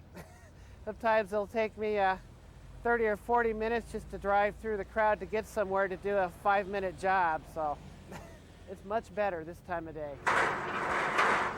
Usually about 4:35, that's when the bread trucks start coming in and starting to restock for another day. We have to be off the grounds by 9 o'clock. That's just when the crowd starts showing up. We got to be out of everybody's way. Gonna be nice this morning. Isn't this nice? Good morning. Need 2 adults. 2 adults, it'd be $16. Good morning. Good morning. Is everybody ready for a good day at the fair? There's, gosh, hundreds of people working out here all night long. Go to bed real early and come in the next day and do it again. As it has for more than a century, this rustic red peg barn stands as a proud landmark, overlooking cattle and fields in a fertile valley just outside Martinsdale, Iowa. But there's a reason this barn is more notable than most. It's the American flag displayed in shingles on the roof, a leaky roof that owner Rick Pitt says needs to be replaced. You know, there were a lot of different ways we could have re-roofed this barn. We could have put steel on it for less than half the cost of this shingled roof with the flag. And we hear a lot of discussion about rights and privileges, but I think we also have some responsibility to live like we do, and flying the flag is one of those, in my opinion. So now these roofers are replacing the flag, shingle by shingle, star by star. It's very important to fly your flag, and whether it's on a barn or on a pole, you know, it's the way we should be. It means a lot to us because we're able to represent our country in a way that not everybody else can. Sam Pitt plans one day to represent the Stars and Stripes in the military, like his father Rick did before him. The troops ought to be supported, and part of that is showing the flag. The flag it's always been there. The flag is just a symbol of so many different things, more than just freedom or independence, but our entire identity. It's just a small thing that we can do. And if everybody pitches in, we'll all be better for it. Better because of an old red barn, the fruits of hard labor, and working the land. Few things represent the roots of rural America as well, except perhaps the flag.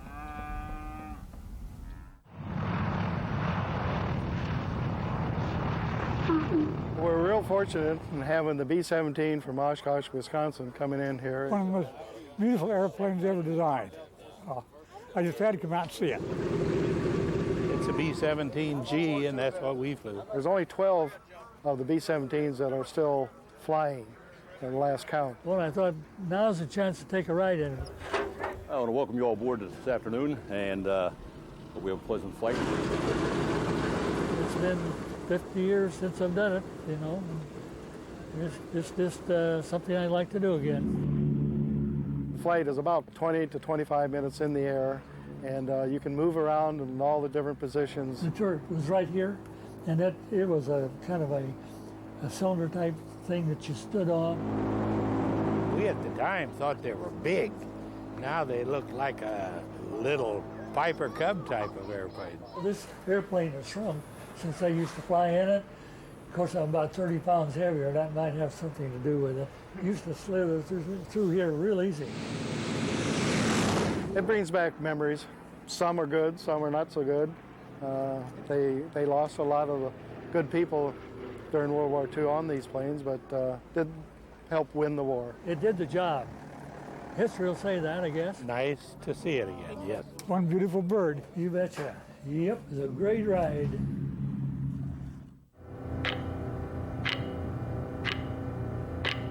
Wait, it's worse than the military. They say time is precious. No place offers a better reminder of that than a hospital waiting room. Long day for me, let alone a 9-year-old girl. During the next 7 hours, Rebecca Greenhorn will undergo half a dozen tests. Through it all, her parents, Steve and Susan, are at her side. You know, this is the third time she's had this particular set of tests, and the first one, of course, is when they found the Ewing sarcoma. A tumor the size of a softball was found lodged against Rebecca's rib cage last August. Soon, the Greenhorns will learn if a year of tests, chemo, and rehab will pay off. These tests determine what your life is going to be like for the next however long. The race against the clock starts at dawn. About 7:15 this morning, had blood drawn. That is only the beginning. The Greenhorns' day will take them on countless elevators through what seem like endless corridors. At each stop, a waiting room, a clock, and another test. We're going to do a CAT scan of Rebecca's chest. 1 hour, a CT scan. The next, an MRI. To the doctors, every test is important. And this was a full body scan? Yes. Okay. For Rebecca, the tests and the rooms begin to look the same. That's it. You are finished. I think I'm doing a CAT scan now. And I have a whole bunch more tests to do later. Steve and Susan, meanwhile, wait. Newspapers and paperwork are just a mindless distraction. Surgeries, yes. Okay, where do we begin? Man. Over the course of the morning, the Greenhorns have watched. And they've waited as their daughter passes through one machine after the next. I'm very, very proud of her. She's an amazing little girl, and I am very proud to call her my daughter. When all is done, the questions time has generated will be answered.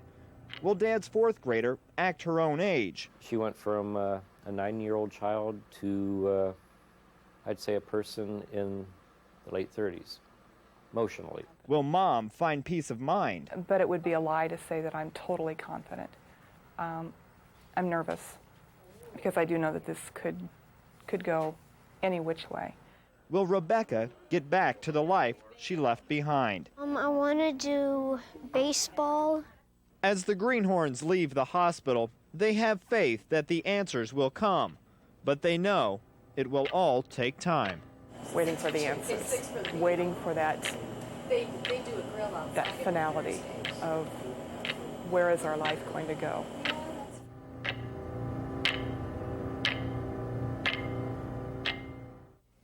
We're going to do an old Wilson Pickett song called Mustang Salad.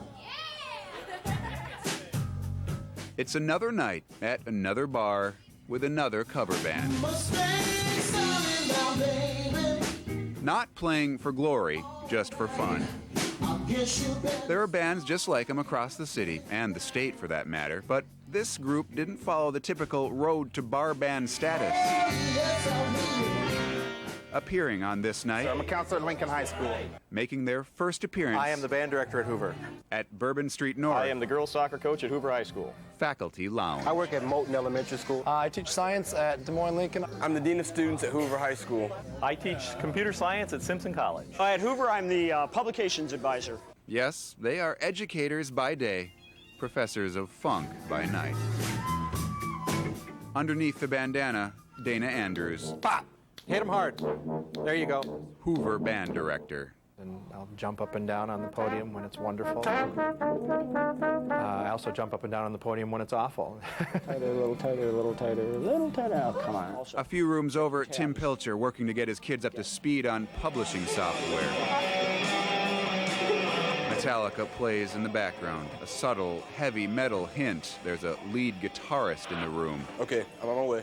Patrolling the Hoover halls, Dean of Students, David Maxwell, who spends his days laying down the law. What's up, man? Make sure you keep that in your hands.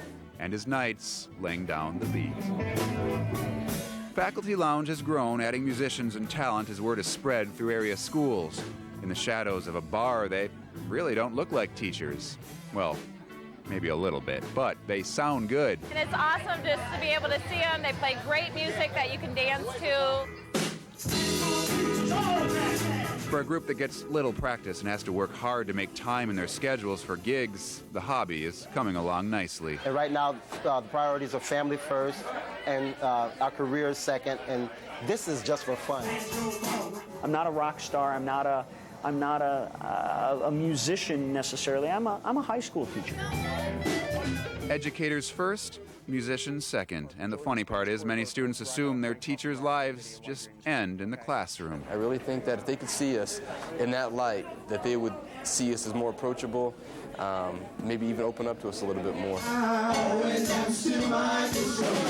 Maybe someday their worlds will cross paths. Mark Tauschek, WHO TV 13 News.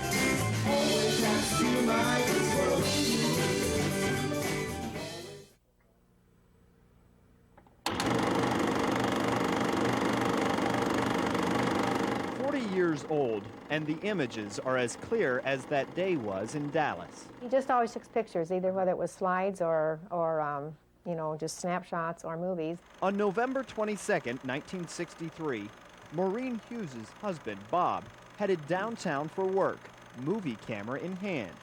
These images he captured on 8mm film are among the last ever recorded of President Kennedy's life. It's the motorcade. A motorcade is coming westerly, and then it turns north. In the background, the Texas School Book Depository, a source of interest for historians these last 4 decades. It showed all of the windows, and then that's one possibility that there might have been somebody in those windows. Once the motorcade turns that final corner into Dealey Plaza, Bob Hughes shuts off his camera. And he went across the street to get a better view, and that's when the shots rang out. Immediately, Bob starts rolling film again. This time, the images are those of panic and chaos, far different from the smiles and cheers his camera captured just seconds earlier. It's this image right after the shots are fired that has long intrigued conspiracy theorists. All the people, except 2, are running towards the grassy knoll, which is northwest. And then there's a man and a woman. They are going absolutely the opposite direction. They're going east, walking along the sidewalk as though nothing had ever happened. It's just as odd as thing. The film is one of only a handful from that day in Dealey Plaza. No surprise, the first to view the tape, the FBI. This is the document for the FBI. It wasn't until weeks after the shooting that Maureen and her husband actually got the chance to see the images. Since then, it has been to every corner of the globe and used in countless productions. CBS News had it, Playboy had it, and then CBS News had it again. Camelot Productions used it for JFK. 4 decades after the motorcade in Dallas, Maureen can't believe these 2 minutes of 8mm still generates so much interest. For that reason, just last year, she gave the film to a museum. She says Bob would have wanted it that way. That's why you would give the film up, was so that you could help find the truth of what really happened.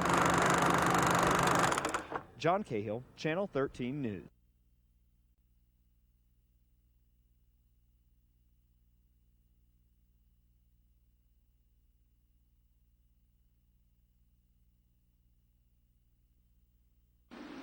On the corner of Bardstown Road and Bashford Manor Lane, So I've been here 48 years. Petty Lowe says there isn't much excitement. 43 years here and 5 years at the house below, next door. Today was different. Somebody said, look at all the police. We received a radio call that they had just had a holdup here. Investigators say an unarmed teen gave tellers a demand note and walked out with a handful of money, but no getaway car. I was standing right here, and he was right there at this bus stop. His escape plan. It's kind of a silly thing. Bizarre and comical. Wasn't much of one. You gotta see it. He just robbed a bank. He doesn't have a bag to put his money in. The bus came towards him. He flagged it down. He jumped on the bus. He tried to hop the 58. Why didn't he get a bicycle?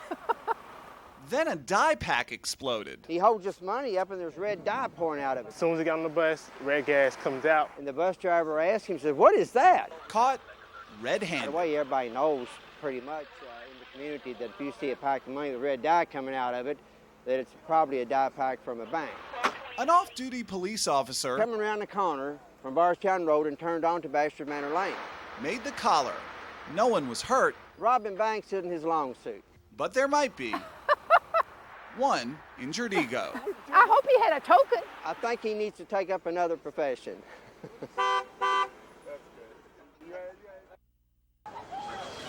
Well, I just saw these kids running down here. And I see little smoke. They were screaming, fire, fire. Pour it out back here. There was fire everywhere. As the fire at the Colonial Oaks apartments grew. First it started from Kevin, and now it's by 12. So did the crowd. It's bad. Family. He's lost everything. And friends. This is the only thing he was able to save out of there. Precious. Evicted by the flames. Places that have gone up in flames too much to save anything else, so everybody in the building's lost everything but birds. As 64 firefighters battled this 3-alarm blaze and the heat. If we were sitting right here, we could feel the heat from the fire. word started spreading about the cause. A young 5-year-old boy is playing with a lighter. It's very dangerous. And set the whole place in flames. Then arson investigators confirmed the crowd's speculation. It's a tragedy. It's really a tragedy. A 5-year-old kid playing with a lighter caused the devastation. Everybody in that whole building, everything's gone. I just feel sorry for the people that lost everything.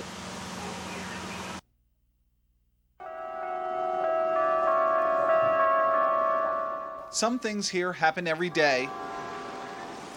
Some things don't. Not here in Lebanon, no. Michael Calhoun was arrest number 1 in this citywide drug raid. We're trying to shut down the street level dealing in Lebanon. Here you go. Ex-con David Litzy was number 3. Hey, you need to come up here real quick. He's made this call before. They're getting me right now. Police is. Syndication and trafficking. Never in front of his son. All right, I love you, Mom. I don't know how long this is going to be. This is ugly right here. It's the parts you don't see on cops. I love you, okay? A 13-year-old boy forced to grow up too fast. You know, they don't think about what it's going to do to their family when they're actually committing a crime. I just dropped my daughter off at the babysitter. Thank God she wasn't there. Oh, whew. Litzy says he just couldn't go straight. Just life. You just get caught up. Fast money. Trafficking cocaine, first offense, first degree. Now, Litzy is charged with dealing crack and being part of a crime syndicate, which is a felony. You have a full cash bond, $25,000. He's now facing 20 years in prison. Hey, I'm a man. I'm 40 years old. I can do my time. It's just thinking about your family and your loved one that hurts more than anything. Yeah, that will hurt the most. As Litzy waited to be booked, his son showed up at another raid. A young boy looking for answers. The parents are role models. Possibly without a father to guide him. Little Dave crying. Eric Flack. I'm like, oh man, what is going on here? Wave 3 News.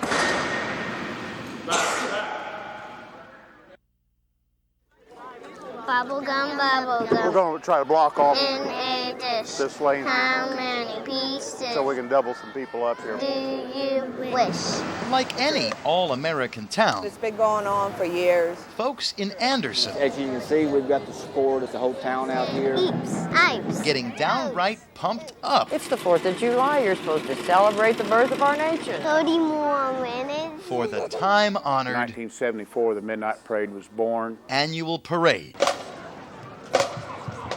We're proud of this parade, and the whole city is proud of it. 5 more minutes. Yeah, it's time to have fun. When that clock strikes 12, That's right. we start moving. We're getting a jump on the 4th of July. It's starting now. Midnight Madness. Ah, cool. That cracks me up. Come to me, too. A parade in the dead of the night, proving Anderson is not dead. Okay, I waved at him. alive and kicking. Bye-bye. Oh, that's my favorite. Those don't live. Even 4 hours past bedtime. Still not tired. At 5.5, Oh, get your flag. Michaela's seen countless parades. Probably thousands. She knows all the late-night nuances. Candy, candy, candy. For Michaela, How much do you have? it's all about Well, candy, look how much I have. cutting curfew, Ah! and cool cars. It's a 1966 Chevrolet Impala, mint condition. Alfred's Impala leaping into the lineup. I stay up until I get home, which will probably be about 2 a.m. Even if he limps home. Yeah, and then I'll collapse and go to bed. If you don't want to hold it, just... Oh, sure. It may take a few naps and some black coffee. No. But change Anderson's midnight parade? I don't think so. Everyone's leaving. Now that'd be downright un-American. Are we leaving? Chris Parente, Wave 3 News. Bye.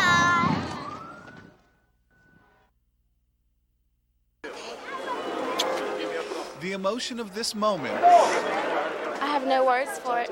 hard to forget. It's just the emptiness you feel when you're about to leave someone you love. 140 members of the 233rd leaving for the Middle East to transport tanks if and when war breaks out in Iraq. The farewell for Laura Matou's heart-wrenching. I like to say you get hardened after a while, but you don't. This is her husband's 4th deployment. The more time that passes, the more stuff you go through together, the harder it gets to let go. Letting go. There ain't no words for it. No words at all. Brings pain that's even tough for soldiers to bear. I don't want to leave her, Come here. but I have to go. Mark and Jenny Pittman are newlyweds. So is Louisville's Crystal Rivera. Scared. Very scared. We didn't really get any sleep at all. Kind of just stayed up and held each other for a while. Holding on to each moment like it was their last, praying it's not. Remember, God's going over there with you, and he's going to bring you back. So don't worry, I'll be back. This, I said I wasn't going to cry. The tears hard to hold back.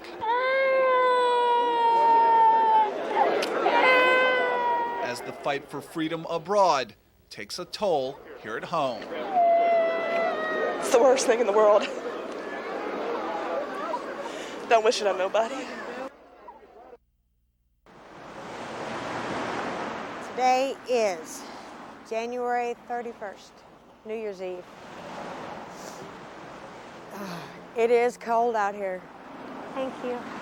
It's embarrassing to get out here and do this. Thank you, sir. But I have to.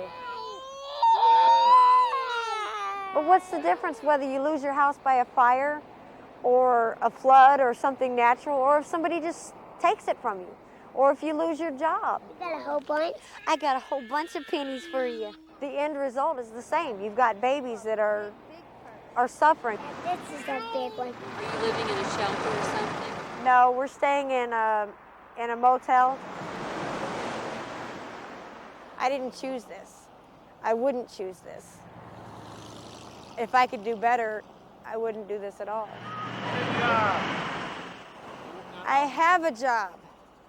I raise 4 children. Now I get that a lot. It's solicit on the side of the road. We're going to try to help you, but we have to help you the way that we're allowed to help you, which is to take you down to the mission. I'm just not comfortable with the mission. I can make enough money to put myself in motels, and I have been. Thank you. Everything helps. Thanks. Just because I'm in this situation doesn't mean I don't love my kids, or that I'm a bad parent, or that I can't provide for my kids, because I'll do whatever I have to do to provide for my kids. You got more pennies. Nope, I don't have any more pennies, honey. I mean, I don't down anybody for not helping me. I don't down anybody for passing me. It's your choice.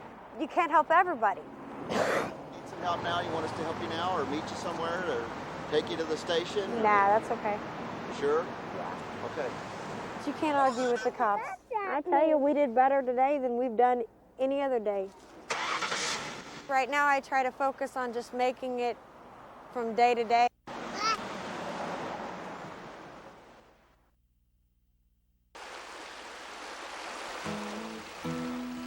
On the eastern slope of the Rocky Mountains,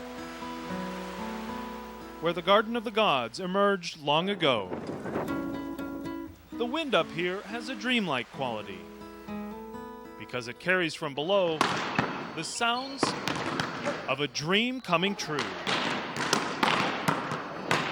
This is the United States Olympic Training Center in Colorado Springs, Colorado.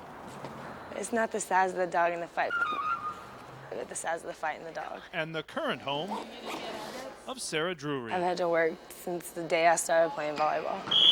Because in a game where big players pack an even bigger punch, Sarah might seem out of place. Like, even here, training center, they're like, what sport do you play? Because, you know, they see me walking around with these 6-foot girls, and they're like, and I'm like, oh, I'm volleyball. And they're like, yeah, right, volleyball. And I'm like, no, really. She's a libero, a defensive specialist. And one look at the face of head coach Toshi Yoshida, and you realize this is no joke. I have to have someone who has an Olympic caliber. Otherwise, I'm not going to bring them in here. 2 practices a day. Oh, no, wait a minute. 5 days a week. Okay, looks good. Okay. with weights added on. Because we train so much, we can basically eat what we want. Then load up We sleep in between practices. to do it again. Practice. This is the fun part of the day. It's the price she pays to be on the #1 ranked team in the world. But our big goal is to qualify for the Olympics. Words she never imagined herself saying. I never even thought of volleyball past college. For most, Sarah's path to the national team was unlikely, and she agrees. But for her, an invitation to train in the foothills of the Rocky Mountains and potentially compete at the birthplace of the Olympic Games only makes sense after her years of hard work. My most favorite memory, just always playing with my sister. Because volleyball is in Sarah's blood. She was probably bumping a ball when she was 3 years old. Supported by family on one side. We all did. All my sisters played, and I still play. Mary Reichelt, Sarah's mom, remembers the doubt on the other. People would say, you know, you're too little. I had to run faster. You can't do that. Jump higher. And that just made her work harder. That hard work carried her from juniors all the way to a nationally ranked Division I program. U of L's head coach Leonid Yellen was one who looked beyond Sarah's height. She came to us as a walk-on. For 2 years, I was a non-scholarship player. And I find out, you know, how much this kid has desire, how much he loves to be here. Finally, he had no choice but to be like, you know what, you deserve a scholarship. And then the phone call from Yellen to Yoshida. Only favor I ask, you know, just let her try out. I took a very close look, and then I thought, that's pretty good. She just needs to keep doing what she's doing, you know, and just gain experience, and because she has the skill. But Olympic veteran Stacy Sikora also has the skill. She's the #1 libero and Sarah's #1 competition. She will probably be the best libero in the world. I say that to everyone. I'm like, watch out for her. Next practice. So it is at the end that Sarah's uphill road becomes steepest. I want to prove to everybody else that I can do it. And even though her future is uncertain, that's exactly how I've always approached everything. Her mother's love and pride is anything but. She's so full of love and full of life and probably everything that I could ever ask for. As for Sarah, a lifetime of proving herself isn't completely over, but it sure is close. If I don't go to Athens, of course I would be upset, but my main thing I would be thinking is at least I was here making the team better. I made them work hard every single day. Good night.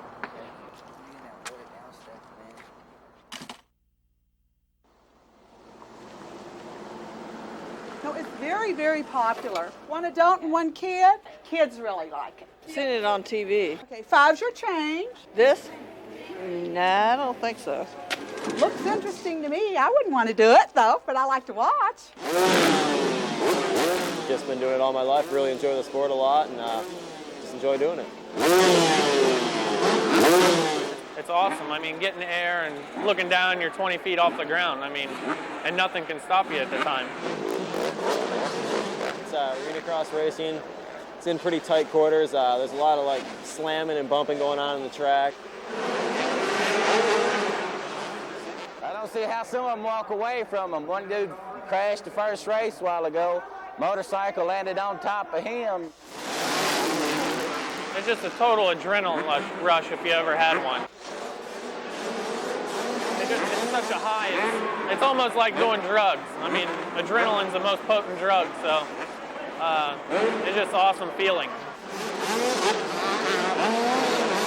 I come here to watch some good race, but I hope there's some pretty good wrecks. I want to see something get tore up. You know how it is. Yeah, actually I crashed this morning in practice. So all part of the game. It's fun though. I mean, I race and I go watch races for crashes, so I know what they're thinking. Broken bones, I mean, I'm living testimony to that. That's why I don't get out there, because I'm too accident prone. I've wrecked my share. Oh yeah, I mean, it's all I want to do is just ride and have fun. As long as it's fun, I'll keep on doing it. And when it's not fun anymore, you gotta stop.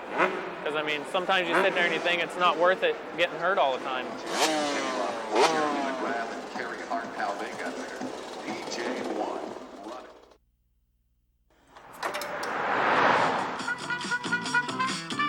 They walk in the door. I smile real nice, ask them what they want. They get a little intimidated by the regulars. They get a beer, and then they feel really happy that there's games out that way. This is called the Beer Depot. Swing by the depot. Pretty having him play. Grab a bar stool. So you know there's TVs, right?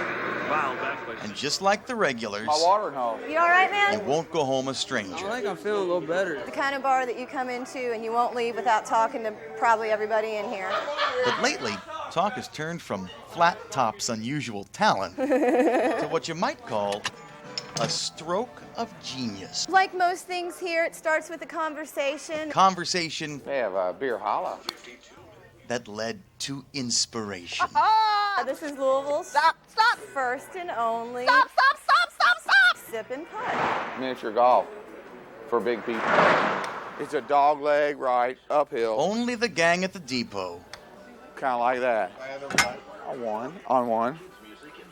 Can I get a couple beers?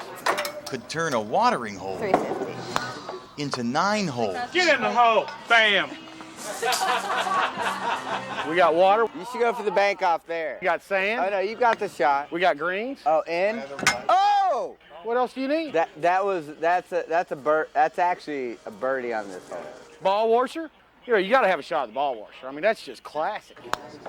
Not quite the prestige of its bigger brother. 1-1. It is the poor man's Valhalla. I have walked Valhalla. And I can handle that one. And I have dreamed about Valhalla. It does define beer holla. This is probably the closest I'll ever get. But hey, there are advantages. The last hole is the only one that matters. One, baby. Because then you get more beer. Where else can you go have a beer and play putt-putt? Are we getting the idea that No place but the depot. I may lose? Still, at the last Can I have a beer? Last call.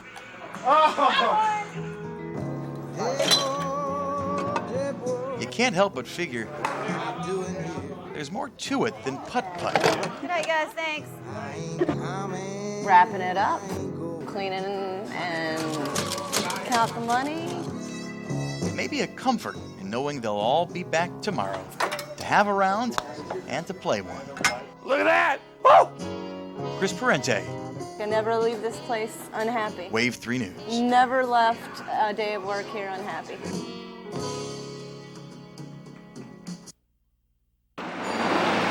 Far removed from the big city, there's a stretch of road in southern Kentucky. It's 88 miles, east to west. You stay on your feet all day, 24 hours a day, 365 days a year. Where motorists have taken a hit for 30 years. It's a little more difficult job than most people assume. Oh, we have lots of country music and stars that go through here in their buses.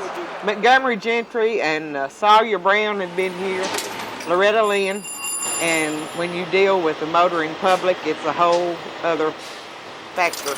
One was 90 cents, and then one was 80 cents, now 30 cents. So I don't know how they determine the amount. You have a few that are upset before they ever get here. No, I would rather not pay them. And then you have happy people. It's worth it if the road's quicker and in good shape. But my grandmother always told me, get a lemon, make a lemonade. And now, Bonnie Taylor, road manager at the Bon Air Toll Plaza Thank you, sir. on the Louis B. Nunn Parkway, will have to take her grandmother's advice. Well, I'll miss not being here. They just say, we don't have a job for you anymore. Well, I'll miss the people terribly. I miss the people that I've worked with for many years. It's more like a family than just a job because we're out here in the middle of nowhere. Because after 30 years, this 88-mile east to west stretch of road has made all of the money it was supposed to. I'm so thankful that the state of Kentucky has provided a way for us to go forward. Jay Warren, Thank you, sir. Have a good day. Wave 3 News.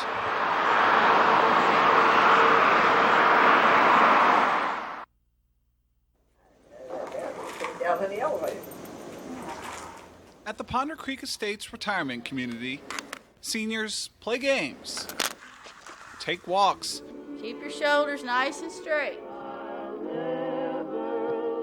even work out One more time. together. Still, life can be, well, lonely. When you lose a mate, it makes you lonely. Because he lives, I can face tomorrow. I guess that's why they built these places, for people like us. So fear is gone.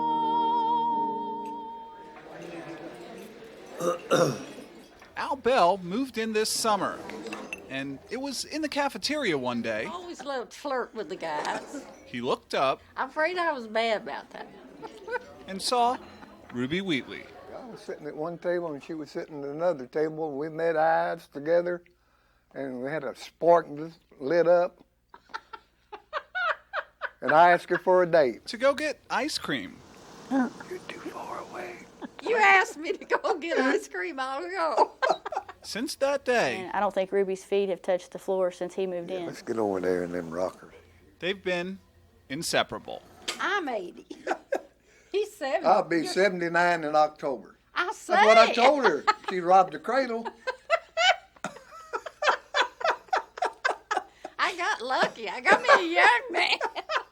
Now, Ruby and Al are getting married. And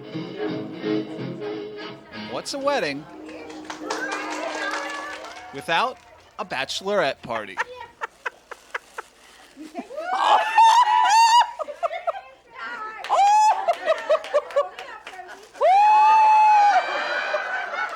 I scare him to death. I'll get him so. As for the bachelor party, Strip joint, baby. Oh, well, I know. And I said, no. Can't have any heart attacks before the wedding. Then after we all swore up and down no dames. Al had to settle Since inside your wedding ring, Noah, there's an for Humphrey Bogart. Although Naked turtlenecking. I wonder how you do turtlenecking. things are looking good for the honeymoon. This certificate entitles Ruby and Al to a night at the Holiday Inn. Thank you for the gift. So, at an age when many think their best years are behind them, He's kind, he's gentle, he's helpful. Ruby now are like two starry-eyed teenagers. Beauty, in and out, outside and inside. That's a beautiful woman. An unlikely love story He cares about people, that reminds us all just like me. it's never too late. Oh. Eric Flack, Wave 3 News.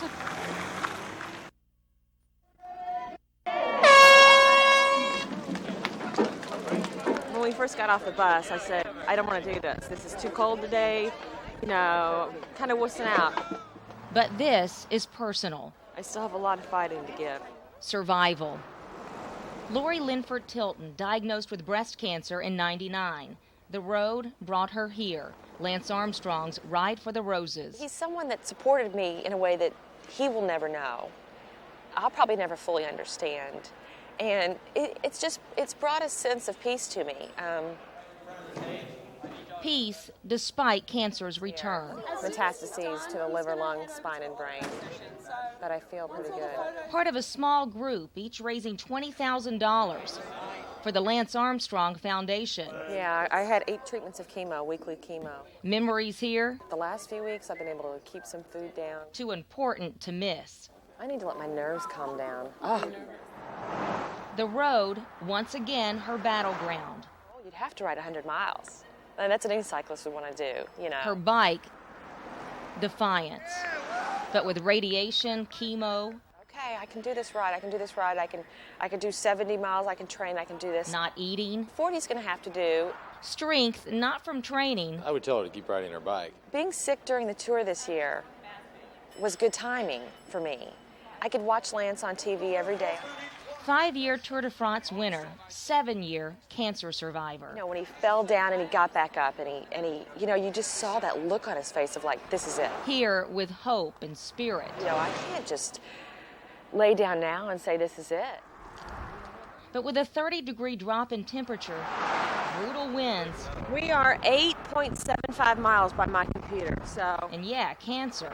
People are coming past me and moving pretty quick. I'm trying to be a shield in front of her as much as possible, and all I can hear is my windbreaker just whipping around everywhere.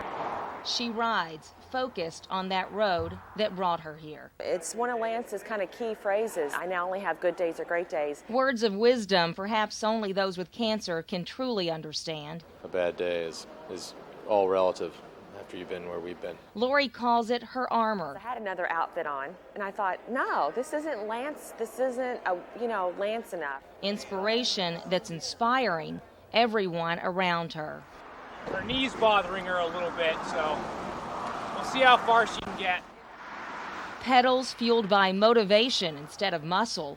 Hi, Lori Tilton. Lori stays the course. I'm going to skip straight to the line for Lance. Nervous, excited. Hi, Lance. How are you? My name's Lori. A thank you, no matter how simple, Thank you. Thank you. Thanks a lot. is overwhelmingly sincere. 5 years. It's really the number of years I've been fighting cancer.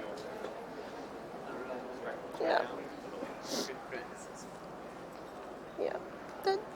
That kind of fits it up right there. I hate to see people go through it once or twice or however many times, but the fact that I can do something on a bike that helps somebody else makes my day.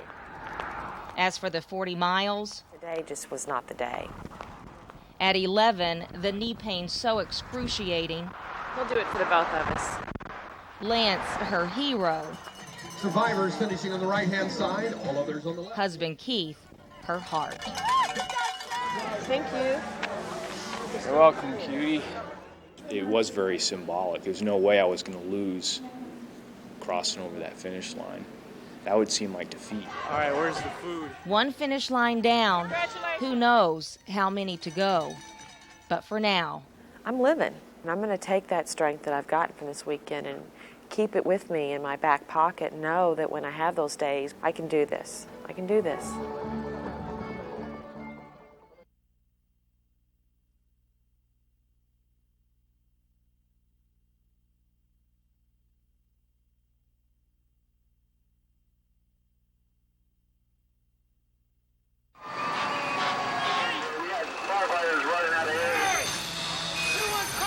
It was a fire with 120 potential victims and zero mercy. Now I'm outside, our building is on fire. Outside, people scrambled in search of loved ones. He said, where are the patients located? That's what he want to know. The fire had already burned for 45 minutes. There was someone up there. There was someone in the windows over here. And they could still see the eerie silhouettes of elderly patients trapped on the very top floor. Somebody and the second to last one on the 4th floor. They were just looking out the window. It's like the fire department can't get up there to get those people, but they've got everybody else. There they stood, opening the window for any hint of fresh air, waiting and hoping for firefighters to make their way up, then slowly carry them down. And you have to do it systematically because we don't want to miss anyone. One by one, step by step, each patient guided to the ground, some in stretchers gently passed from firefighter to firefighter. I don't have any names of anybody that's been transported. All the while, friends and relatives gather in one location. No, I haven't heard anything yet. We're just waiting. 2 hours into the fire, many still don't know if their loved one is safe, injured, or worse. No, I'm just receiving some of their information to double check. The fire department collects names, trying to account for every patient and comfort every family. Well, do we need to go to the hospitals to find out if our family's there? My mom's on the 2nd floor. Going to a hospital right now, to me, you would be better off to stay here for right now. There is no easy way to cope with so much uncertainty, especially when the news only gets worse. 5 confirmed fatalities. A terrifying number that would only grow larger with time. The sad conclusion to a merciless fire that unfairly attacked a helpless home.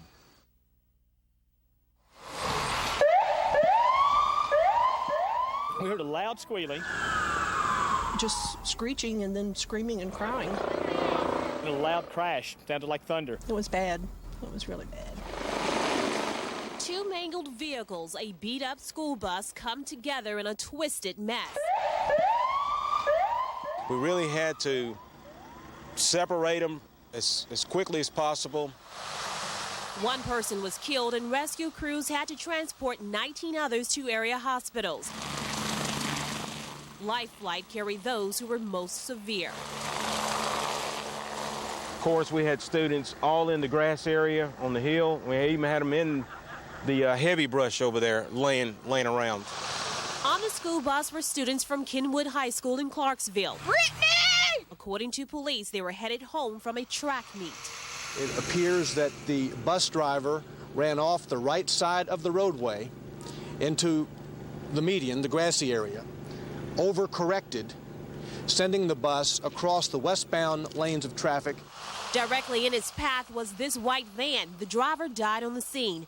5 other people riding in the other vehicle involved were taken to the hospital, along with 11 students. Oh, the kids were just a wreck. There's one little girl in blue. She was just standing there. She's like, am I cut? Am I bleeding? I was just like, oh. Those who saw it tried to help. I came running up, got into the bus, helped the coach get off the bus. None of the students was seriously injured, but the emotional scars will take time to heal. It was bad. It was really bad. LaCheryl Tucker, News Channel 5.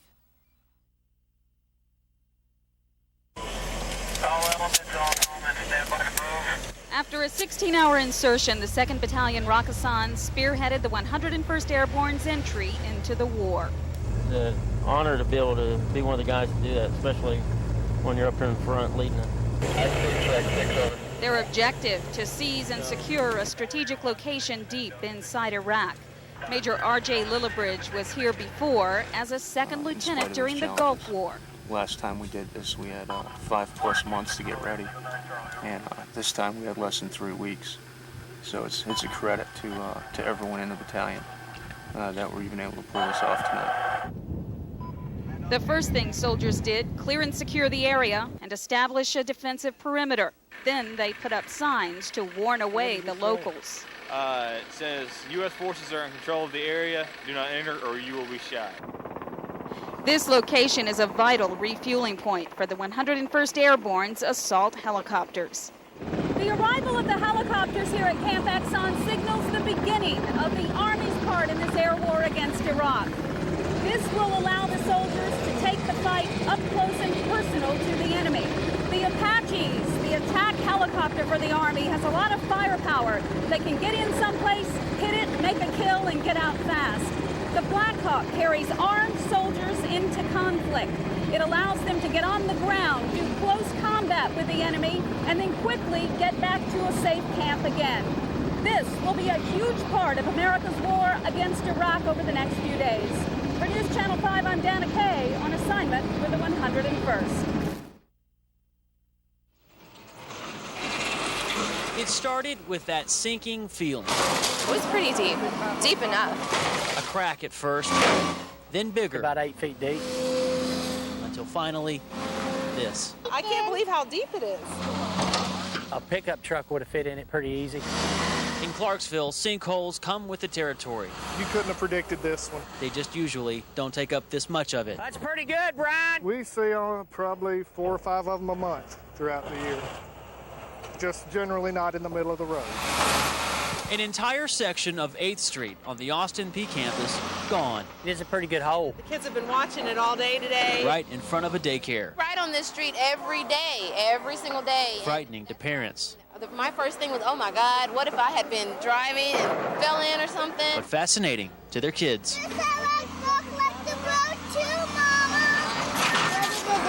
They're just digging it out. Why? That's just what they do to fix it. I mean, she likes the big trucks and stuff, don't you? She doesn't talk much. Hey, back him up in there. He's going to get on top of it. Engineers blame the collapse on recent heavy rains. So heavy they crushed a sewer pipe and left a $20,000 hole in the street department's budget. It's kind of part of doing business in Clarksville, though. There is good news. This is the biggest sinkhole to open up all year. Bad news, there are 460 others. Which is kind of scary, but... And those are the ones the city knows about. I mean, every little hole in the street, you're wondering, is it going to get bigger and bigger? You know, are we going to fall in it or something? It's another day in the neighborhood. There was only one way to get around in Una, Antioch. Billy, I think we just ought to just go fishing today. We might go platinum here. Yeah, we're going to go platinum. Frankie Hawk and Billy Joe couldn't believe the damage. We got trees down. Look at the trailer park. It's underwater. Look out, Daddy. Baker, you know how to drive? It's my patio, man. I'll be dead going, Billy. Mill Creek often floods, but rarely like this. Like ain't no water out here? Look at that. I've never seen it up this far, and I've been living here over 20 years.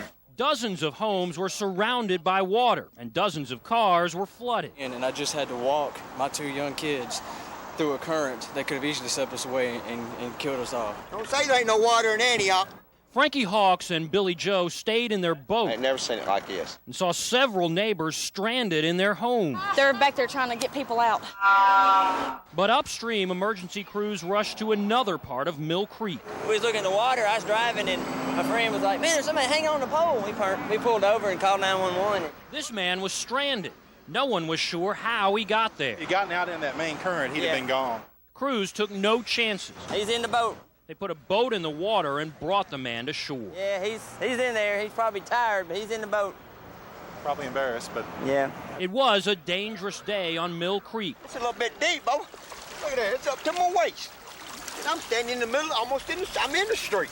Despite all the damage, the good news for people up and down the creek is that no one was hurt. This ain't Percy Priest, this is Antioch. This was a day a lot of people will remember. 10 till. 10 till what? Till 10. The time is finally here. There it is. After flying missions in Kuwait and Iraq since March, another round of airmen with the 118th Airlift Wing finally returned home. Don't cry. This is the moment He's right there. Julie Krantz has been waiting for.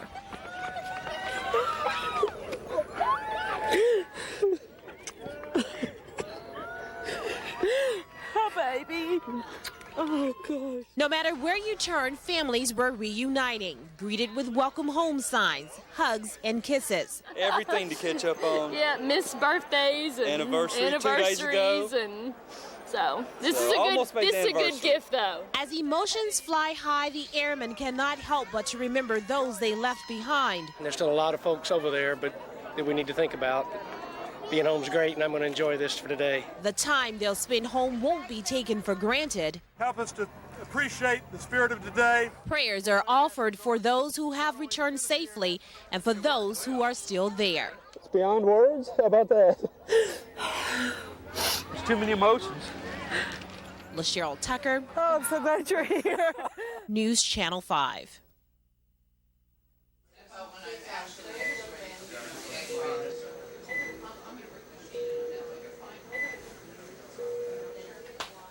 Sleeping at night is not easy when you worried about somebody else, when they may not wake up. Hey, man, you see me? To see your own child like this Hey. and not even be able to hold him because the burns are so severe. They put another tube in his nose.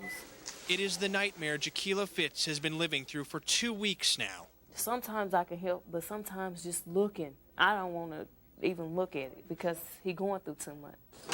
Before the tubes, before the medicine, before the x-rays, young Marquitas Carey was a smiling soul. Just happy all the time, never nothing that could have made him upset or cry.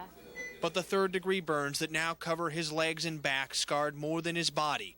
They singed something deeper. Every time the nurses come in there, I notice now he put his hands over his face, like, when they gonna leave me alone?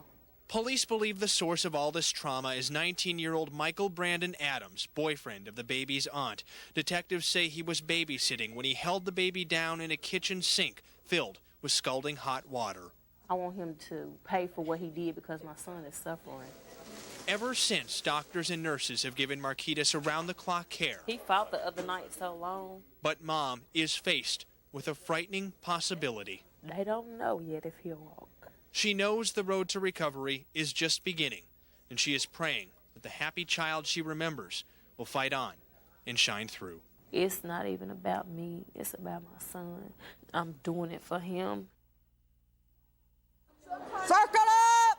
Circle up! Every December for 5 straight years. Can everybody here in the back? Assistant Metro Police Chief Judy Balkum becomes Santa Claus. We've got a list. Which isn't based on who's naughty or nice. When you pull to this bay door, you will get 4 bushel baskets of food, which all look different. Just who's needy. Then you'll turn the corner, and then you'll pick up toys.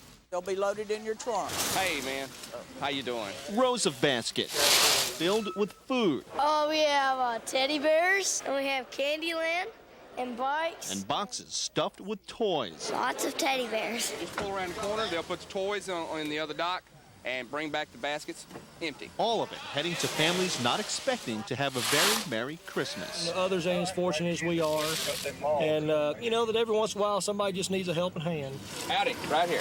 At 6 in the morning, a line of patrol cars starts to form. It was a little tough for her to get up this morning. First to receive food, then toys. Merry Christmas. Merry Christmas to you, sir. It's a big turnout. I'm not sure exactly how many officers are here. Brian Hitchcox is one of about 200 officers volunteering their time for this. What I get joyful out of is seeing people's faces when they get gifts and stuff. The officers get an address. So I got to turn right, and we're almost there. And a brief description of the family's need. Her 7-year-old daughter was in an accident, and the family has set up a trust fund to help pay the very high medical bills. The second grader has drifted in and out of a coma and only spoke her first words this week. Hitchcox brought out a whole Christmas dinner. Look right here, we've got fruit, milk, eggs, bread. And he didn't forget Christmas for the kids. I'm bringing a bag full of toys for 2 lucky kids. Here's your big thing of crayons.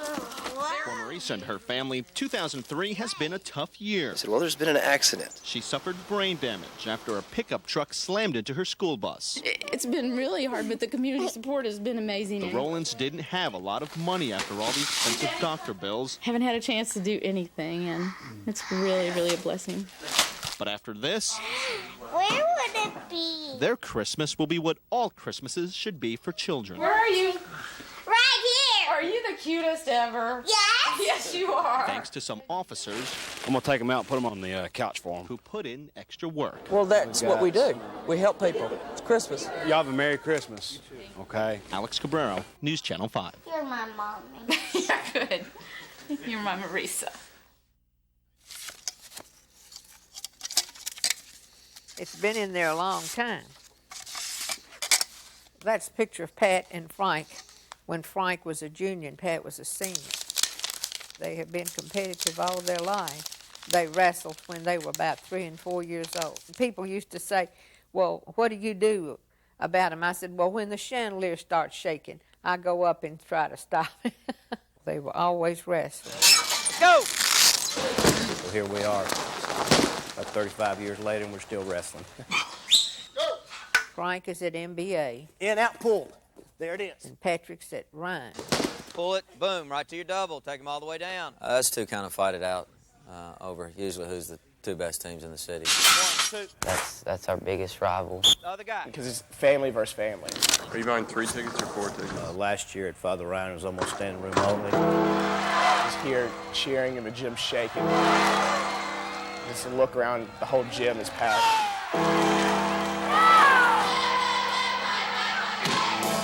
Come on, man. You got to get some now.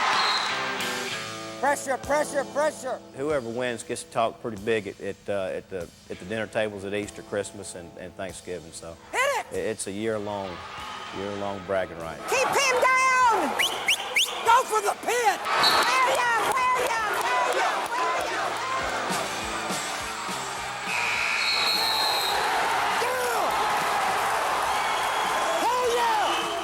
Once it's over, generally whoever loses is pretty upset. You know, you just kind of pat each other on the back, and we kind of go to our own corners for a couple of days and cool off, and then after a day or 2, I guess we come back and hug each other, and we go on. It's life is normal. Don't let a lot of the people kid you. This is not an easy job. Jack Racy has made a name for himself in his 21 years at the Old Hickory Post Office. He's one of the best that we've ever had around here. Co-workers call him faithful, dedicated. But out here, they call him something else. Mailman Jack. Mailman Jack. That's all I know about it. Everybody in the neighborhood knows him. When Mailman Jack retires in April, how you doing? His route in the Langford Farm subdivision Hi, sweetie. will have taken him over 1 million miles. Rain, snow, sleet, or hail. I forgot the rest of it. Along the way, he's helped pay the postage for people like Jeff Rieger. There you go. See you later. And delivered hundreds of letters from Santa. See you later. He never told anyone he'd written them himself. Yeah, you don't find them like him anymore. If he'd wanted attention, he would have gone into show business, which he almost did, had dreams of becoming a musician. But life took him a different route. If only it was up to him where it led. It's just that time. Doctors just found out a brain tumor will likely rob Jack of eyesight, and possibly more. I have good days and bad days, but mostly good days. So I'm fine. That's good. Now, he'd prefer no one knew. We'll make sure you get them really tight. In case neighbors made a big deal out of it. Oops. Well, that's exactly what they did. That's good. Friends put up not just one, but 2 street signs in his honor. How's it look, Mickey? They threw him a party. Feeling good?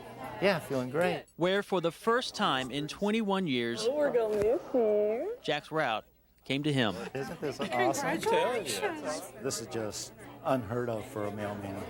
I've never seen anything like this. They even invited his relatives from Michigan. I produced this thing. That's his dad. We love him, he loves us. 3 sisters, brother Bob, What you see is what you got. and Mom. You did good. Still proud Thank you, Mom. of her delivery. Very good. There's just not enough adjectives to describe how I feel right now. I think maybe it feels like I won an Oscar for portraying a mailman. All this for a man who spent his entire career reaching out to others. On one day in Langford Farms, the others reached back. This is a mailman's dream route. There's no doubt about it. Barry Simmons, News Channel 5.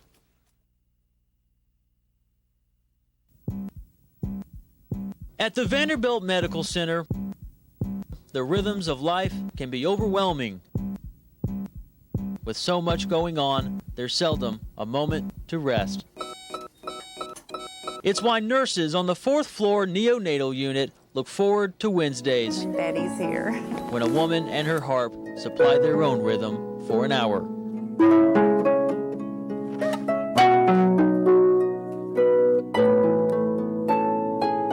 Well, it's comforting. I mean, just listening to it right now makes me feel better. I mean, it's just the sweetest music. Betty Ashton Andrews calls this harp therapy. It's supposed to reduce stress. Oh, don't stop. Say I liked it. It may even speed healing in infants. All she knows is it seems to work. It puts them in a more restful state, and when they're resting, then they're able to heal and grow more quickly. Just about any song will do. Awesome. Ask her nicely, and she'll even take requests. I've usually asked her to play Laura's theme from Dr. Zhivago, some of the old songs. I don't know about rock and roll songs on harp. Do you play rock and roll songs on harp?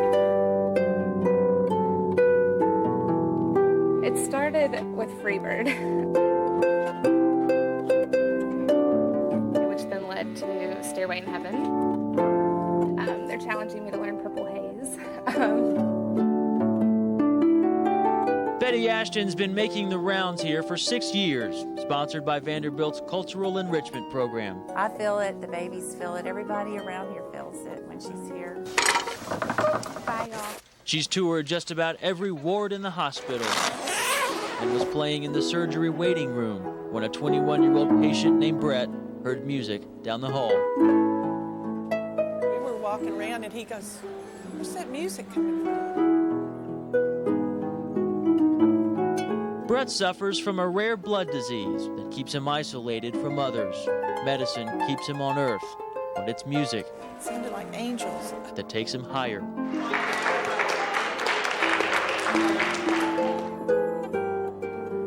Makes him feel peaceful. Makes him feel very peaceful. Before he left, Betty Ashton brought over a CD, Can this be my gift to you? and Brett made a request of his own.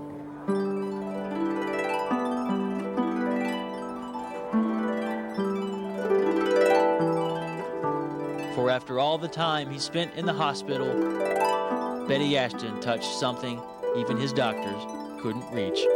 God's with him. I mean, every step of the way, the Lord's been with both of us. Barry Simmons, News Channel 5.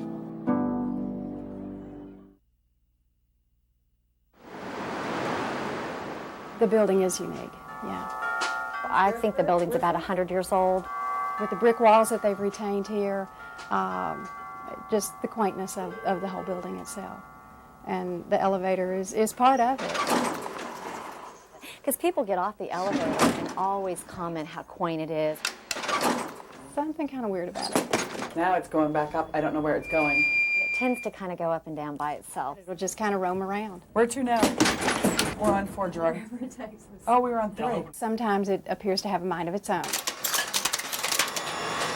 I just went to 4 and I didn't even hear it take off, did you? Kind of the focal point of our reception area, and it'll be funny to watch them look over and see that nobody's getting off. Now it's back to 2. And there's nobody there. And that kind of opens me up to tell them the story about the ghost. Haunted, it could be. It's got the little seat, and we're just not quite sure who rides it. There you go. We can watch the old dial spin, and we know that somebody's going to be getting off the elevator. You get on, you'll hit whatever floor you want to go to, and then it'll just go straight to the basement. No, not stopping. It'll go a lot faster than it normally does. We'll call the elevator people, and it won't do it again. The basement's kind of creepy. Yes, very creepy. Have you been down there yet? When it dropped Faye in the basement and left her down there for a couple of hours. I might take the fire escapes out. It's just one of the characteristics of this cool building.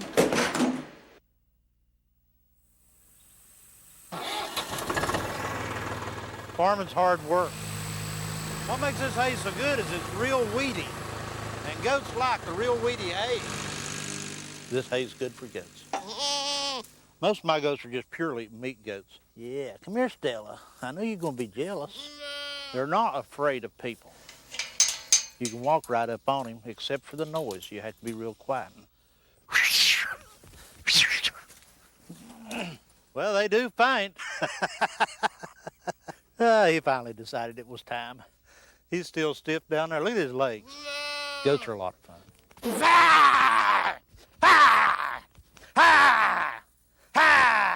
This is a condition called myotonia. When they fall out, they're not fainting. Their muscles get stiff throughout. It doesn't hurt them at all. See if I can get some of these fellas outside. Right now we have about 40 to 50 fainters. Come on, girls. My wife is owner and operator, but she's the general caretaker of all the goats. They'll fall out trying to eat their corn. Come on, goat. Come on. Up. She went down. She started running and went down. Sometimes if you just walk around the corner and look down at them, they'll look up at you and they're startled and they'll fall out. I don't think it's because I'm that ugly, but maybe it is. Here you go. And if they're at all off balance, they'll fall down. One of my favorite stories on these goats, back in '95, we had some folks from California got in touch with us that they could actually do a commercial. And the goats fell out for them. Goats are so different. They each have their own personality. We fell in love with our fainters, but they give you a lot of love back.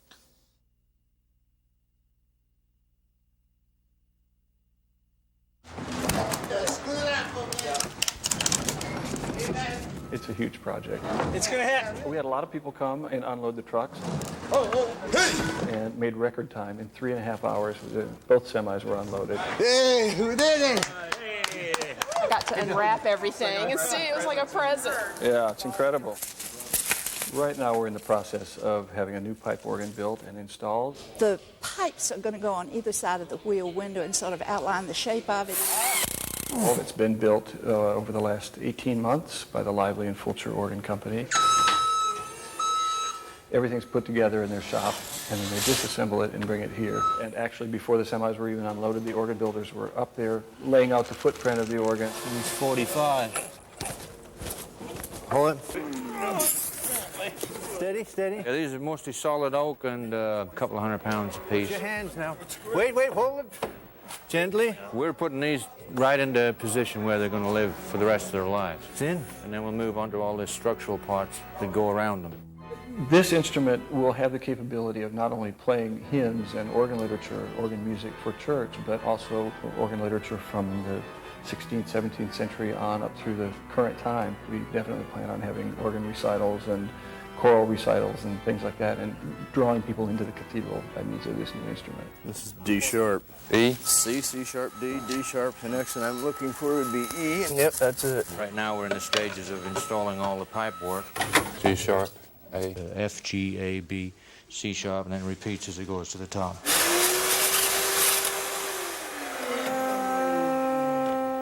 Now, organ building is a great deal of different crafts all rolled into one.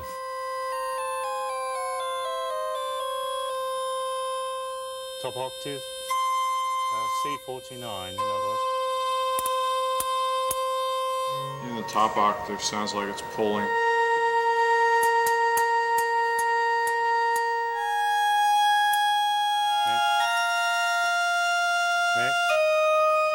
They'll work with each individual stop and then each individual pipe to make sure within the rank itself it's speaking correctly, and how it's balanced to the room, and then how it's balanced from one stop to another.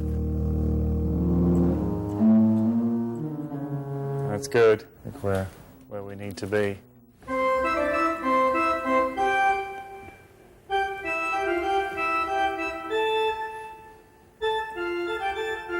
The reaction's been phenomenal. It's been, we've waited for a very long time for this, so people are very excited about it. People that aren't familiar with organ and things like that are talking about how that sound just surrounds them and envelops them and makes them want to sing.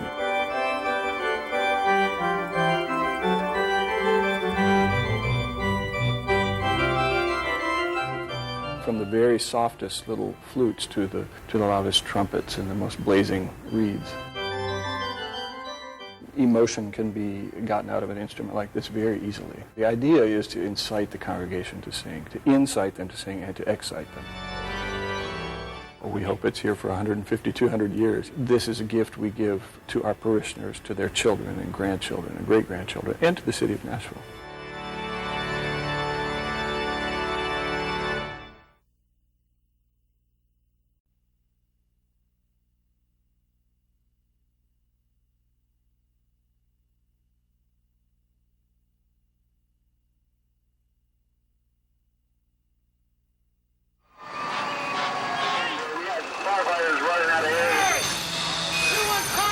It was a fire with 120 potential victims and zero mercy. Now I'm outside, our building is on fire. Outside, people scrambled in search of loved ones. He said, where are the patients located? That's what he want to know. The fire had already burned for 45 minutes. There was someone up there. There was someone in the windows over here.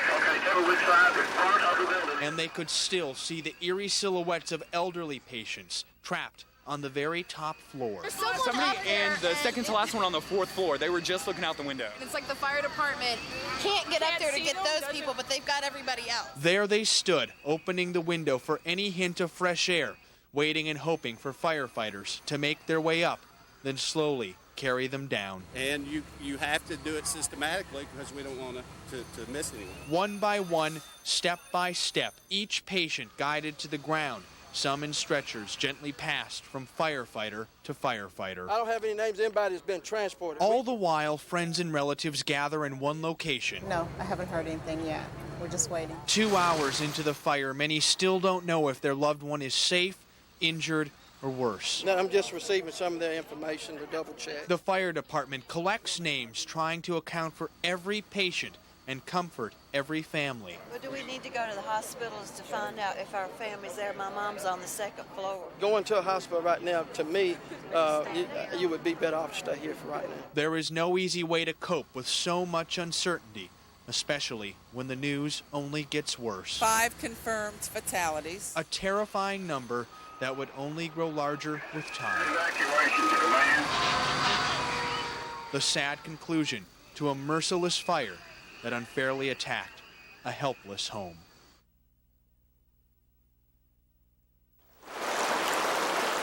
The usually calm Big Bigby Creek is now a raging river, dangerous, swamping nearby roads. Sorry, 911, where's your emergency?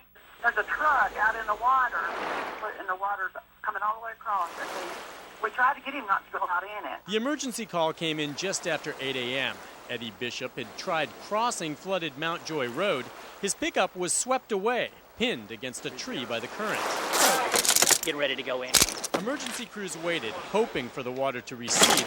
But with more rain in the forecast, they decided it was too risky to wait.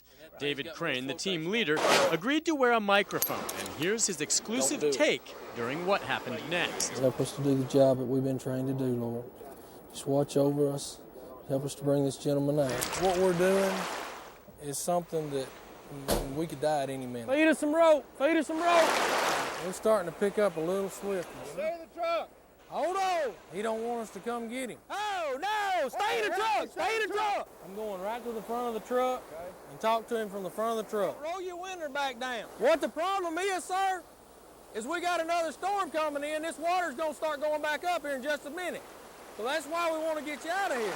What we're going to do is I'm going to put this life jacket on you, okay? Put your pants back on. All right, you're hooked in with us. Let me close the door. All right. Bishop was slowly escorted to safety. His rescuers say the current was swift but workable. Put 50 pounds of something on your legs, 50-pound weights, and try to walk up steps. And that's kind of how the water feels against resisting your legs. Just an easy step. Bishop was checked for hypothermia and then sent home. Murray County Sheriff Enoch George says he's lucky he wasn't killed. George says Bishop used poor judgment, but he won't be written a citation. No ticket for stupidity. 3:30 sharp. Typically the end of a workday at Barrett Firearms, but on this day, my daughter's rearranged it a lot. No one's making any guns. Dance the cheek to cheek. They're just making room for a party. You see, Ronnie Barrett has a lot to celebrate. 20 years ago, he made a prototype for a .50 caliber rifle. I was 26 years old. I didn't have any education in engineering or anything like that. It was just a labor of love. This is his baby today. A long-range sniper rifle. Get your hearing protection on. Able to hit a target with precision, even if it means going through brick or concrete. Instead of sending a rocket up into his window, you can work on it, you know, with a rifle like this and come out a lot safer. Now, his baby is getting a big job. It's a rather large contract. This initial contract will be around $21 million. $21 million to manufacture the long-range sniper rifle for the U.S. Army. A good reason to throw a party. Is this gonna like throw me back? The safety's off or on right now? It's going to be like a concussion wave just coming over your head. And at this party, guests could test drive the rifle. I'm not gonna move it to aim it Okay. more, I guess. Is that okay? Before this, Stephanie Pascali's experience was limited to BB guns. Okay, I think I'm done. Now she knows why fighters train so hard. A lot more respect for them now, that's for sure. Cool. A lot of respect for a big gun that now has a big contract. We're so very honored to be able to be here and to provide a good service to our country. It's been in there a long time. That's a picture of Pat and Frank when Frank was a junior and Pat was a senior. They have been competitive all their life. They wrestled when they were about 3 and 4 years old. People used to say, well, what do you do about them? I said, well, when the chandelier starts shaking, I go up and try to stop it. They were always wrestling. Go! Well, here we are, about 35 years later, and we're still wrestling. Frank is at MBA. In, out, pull. There it is. And Patrick's at Ryan. Pull it, boom, right to your double. Take them all the way down. Us two kind of fight it out over usually who's the two best teams in the city. 1, 2. That's our biggest rival. The other guy. Because it's family versus family. Are you buying 3 tickets or 4 tickets? Last year at Father Ryan, it was almost standing room only. Just here cheering and the gym shaking. Just to look around, the whole gym is packed.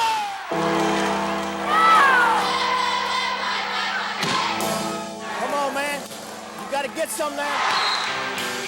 Pressure, pressure, pressure. Whoever wins gets to talk pretty big at the dinner tables at Easter, Christmas, and Thanksgiving. So it's a year-long bragging right. Keep him down! Go for the pit!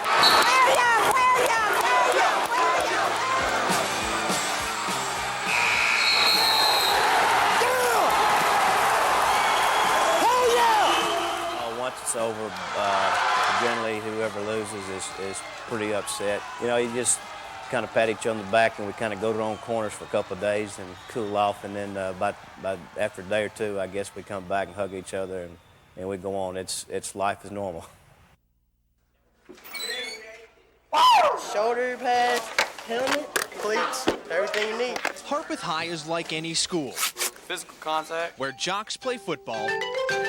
Marching band is really fun. Musicians join the band. Music's my life. And any thought of role reversal? I don't know how to read music. Seems like an incomplete pass. No, I wouldn't really want to play football. To the brass section. Unless, that is, you're Daniel Davidson. 88. Yeah, Daniel Davidson. A little nervous, kind of excited. You see, this is the biggest Friday of the fall. It'll be our last game if we don't win. Seniors and juniors are on the tour bus. Harpeth High is heading west to Carroll County for round 1 of the playoffs. Attaboy, that's a good snap right there. And number 88, Daniel Davidson, kicker, has a lot on his mind. If it comes down to it and I mess up, then everybody hates you, and if you do good, then everybody loves you. While the stats spell underdog, we're playing the greatest game there is, guys. They can't measure team spirit. The football team is pumped. The band is charged. But all too quickly, their fate is clear. All right, let's go, Daniel, let's go! The team can muster only 1 first down in the first quarter. And young Daniel isn't kicking so much as punting. Well, tonight's not the best night. The kind of night where halftime provides a much-needed rest. All right, don't worry about it. Unless, that is, you're Daniel Davidson. Daniel's sort of an interesting kid. And he plays the trumpet and is the kicker. Yep, this jock is also a musician. This might be the last run of our show. Let's make it the best. Even on game nights. Welcome to Tiger. Thank you.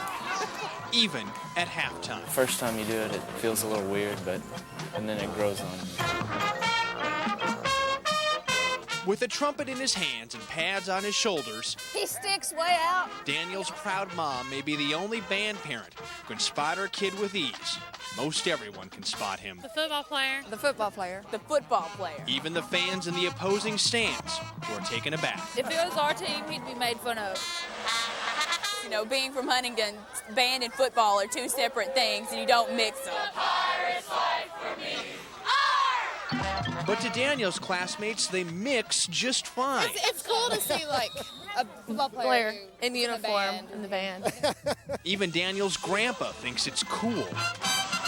It's like deja vu, as they say, all over again. About 40 years ago, he also played the trumpet and also played football. It was not unusual at that time for us to come out at halftime in our uniforms and perform.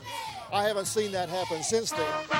So maybe it's genetic, or maybe it's that Daniel is gripping the exact same trumpet his grandpa once played. It kind of gives you goosebumps every now and then when you see him. Whatever it is, Daniel now knows this solo will be one of his final performances on the field.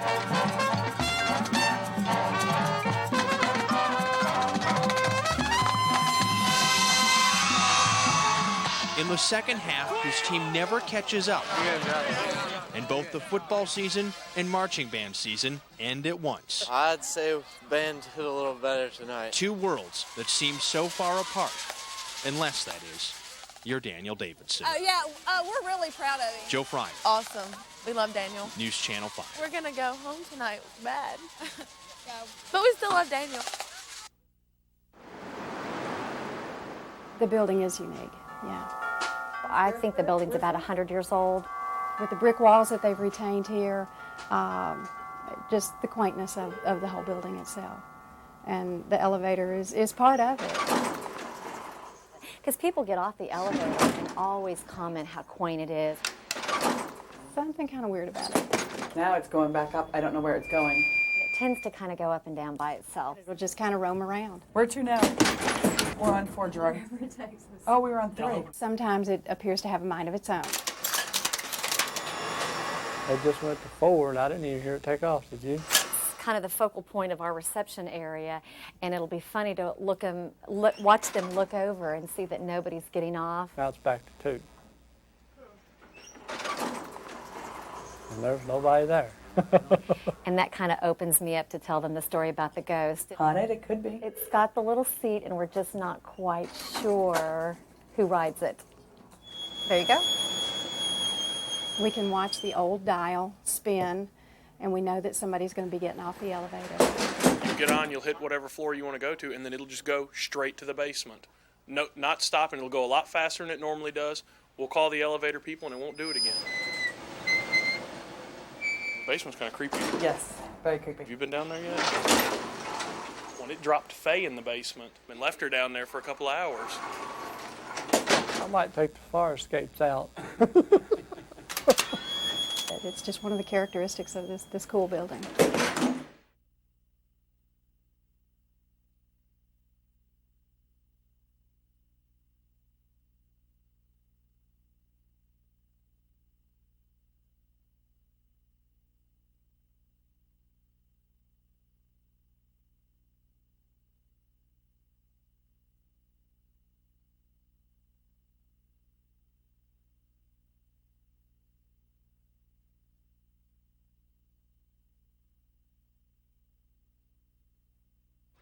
Get off the bag. Open the bag. Open the bag. Let's go. Come on. You know I'm about a third short of the fuel you promised me. Come on, get it up. I need at least 80,000 gallons a day. Blast off. Get the uppers on. Get the standpipe on. Let's go. Come on, baby. Come on. Fuel. Let's go. We got the road closed. We're ready for them whenever they get here. They must have it to move the battle. Choppers, trucks, Marines. So this is one solution. Sorry, Stick, I don't know what you're trying to pass. Yesterday, this was just a wide spot in a 4-lane highway. Today, it's a full-fledged airport. Marines take pride in their ability to sustain themselves with portable fuel tanks, pumps, ammo, and provisions. Support all the different the pieces of the pie that we have in the Marine Corps. The ground side, the support side, and the air side at a forward location. And really, we're the only service that can do that, and we can do it on very short notice. The Marine Instant Airfields are built. I never have landed on a highway. This is the first for all of us. Then moved closer to Baghdad. They're named after ballparks. The first was Wrigley Field. This is Qualcomm. Next will be Fenway. They also serve as crash pads for Cobra crews working night patrol duty. My second round was here in the tail, basically just another small arms round. Last night, Captain Dan Tillicock got shot at. Round just went straight through. No harm, no foul, so we're good to go. We're still in the game. He and his fellow pilots hope the next contest will be an away game in Baghdad. Byron Harris, Channel 8 News, Central Iraq. On a 2-lane road 18 miles from Baghdad, Marines take a risk. Should be empty. An Iraqi tank peeks from under camouflage. Does it hold death, or is it an empty threat? Okay, let's call on the grid coordinate. In a mud hut not far away, a handful of Iraqis take an even bigger risk. They reveal their true thoughts to us, but they ask us not to show their faces. Even this kid will be butchered if they know that we receive you with... Over tea sweetened with precious sugar, they explain brute force in their country. As Hussein Kamal of Kuwaiti TV translates. Whoever demands his rights will be executed. They execute not only that who demand or oppose not just him, they execute 7 of his family also. Saddam's muscle, the Republican Guard, was here 3 days before the Marines arrived. Then they left. But for a decade before that, they drained Iraq. Infrastructure of torture in this country, so many, but none was used to save the population and the people of Iraq. He says, we don't want anything from you but to free our country, and we want action, not talks.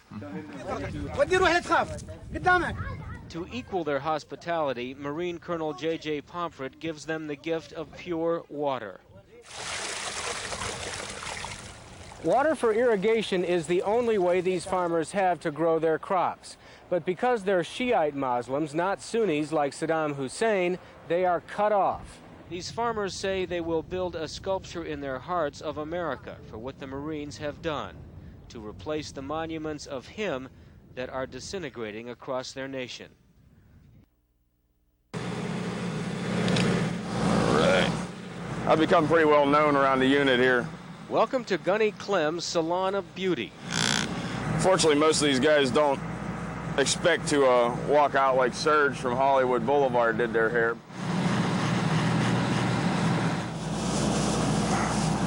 Slip a garbage bag over your head and take a seat. I got a lot of IOUs for a lot of beer once we get back to the States. Gunny Greg Clemenson, that's gunnery sergeant to non-Marines, has a full-time duty. My real job is the nuclear, biological, and chemical defense boss. He helps units protect themselves against chemical attack. Oh, don't worry, I won't leave you hanging now. A few years ago, he discovered he had a talent. And everybody was screwing up so bad, and I figured, well, my mother had done time as a beautician, and I'd watched it growing up, so I gave it a shot, and I found I had a pretty good hand at it. And Marines have a need. Out in the field, you can't have long hair. It just all it does is collect bugs and dirt. On a slow day, he'll sculpt a dozen high-end tights. That's Marine talk for a hardcore haircut. I've done everyone from full bird colonels down to the privates. All know where to find him. Only a few have discovered Gunny Fahey's Desert Espresso Cafe, however. I'm making some cappuccino, French vanilla. During the last war in Iraq, Gunny Dennis Fahey learned that a few perks can mean the difference between survival. There you go. Thank you, Gunny. Want some coffee? And marine luxury. It is instant coffee, but it's not what he starts with, it's how the brew ends up. Got a little bit of that froth on the top there, you know, it looks pretty good. In fact, if Starbucks is hiring when I get back, they're looking for somebody in a manager position, you know.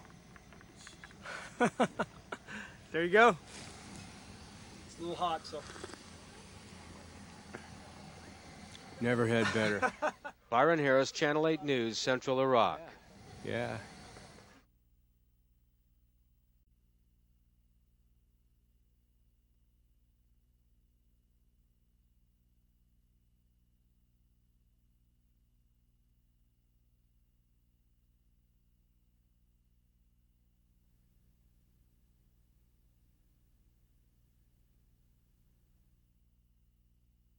It's an interesting call. It's different. Hey, we could stop traffic. A little patience is what Cupcake likes. You get a call of a llama at large, what do? Oh, they're incredibly powerful. I couldn't believe it. And then he's throwing those back hooves at us. I could not believe how strong that guy was, considering he only weighs about 300 pounds. Hey, watch yourself. His feelings got hurt. You and me got to come to an understanding here, pal. She'll spit at you. Ooh, you scared of me, okay? God, that's the first time I've ever saw Cupcake do that. You sweet little animal, you. Llama saliva all over my face. Come on, to the sign, Cupcake. Come on, buddy. Close good. Every day's an adventure.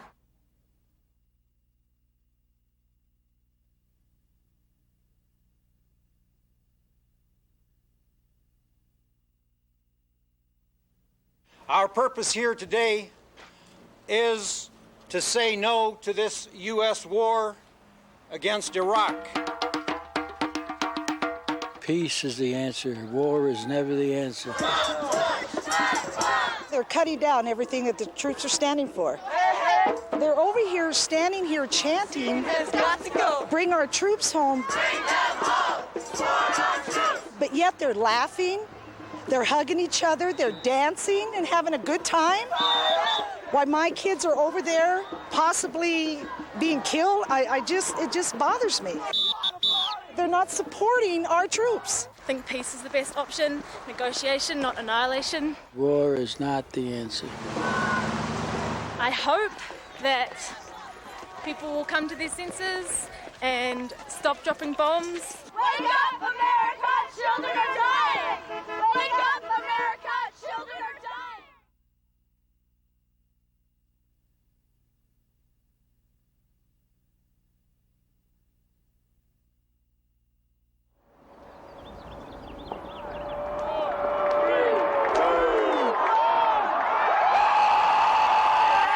It doesn't get any bigger 2 years in a row than a hockey championship in Minnesota. And it didn't take long for fans to get carried away. Within minutes, the crowd, thrilled by the Gophers' victory, Things are getting out of control. developed an appetite for destruction. At first, Minneapolis police officers could only watch. At 14th Avenue and 4th Street, there were only 2 of them. Given a walk order, clear the intersection, clear it now. They called for backup. The police are coming! The right police! Before the officers fired a single shot of pepper spray, the crowd fired at them. And when the officers sprayed back, It sucks that the cops are spraying mace on people. I didn't even do anything and they pepper sprayed me. They sprayed me. the mob just moved to another intersection. It's insane! That's when the big fires started. This one destroyed one of our news cars. I hate this. This is just stupid. This is not the U of M right now. So much activity in so many places I need more where that came from. drained law enforcement's thin resources. How many fires have you had to put out tonight? This is my 4th. This is your 4th? Yeah. Do you guys have enough people out here to take care of all this? No. We got tear gas, back out. Police switched from pepper spray to tear gas. Are you maced? Here, do you want water in your hand? All the gas we have in the hallway. They called out more officers, Here they come again. but they couldn't keep up with the scores of fans breaking the law. It'd be great to have more, Do that a little tighter. I can't feel it quite, you know? but we kind of went to the max of what assets we could afford and still cover the rest of Minneapolis.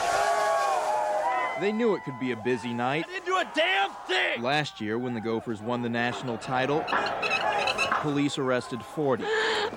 Last year was nothing compared to this. This is a repeat, baby. This year, the cleanup comes with a new question. How were the guys who were out here able to keep up with what was going on? Well, apparently they weren't. Could the city, the school, and the police have done more to avoid the kind of repeat no one wants? You know, it takes just a few of them to ruin it for the rest of them.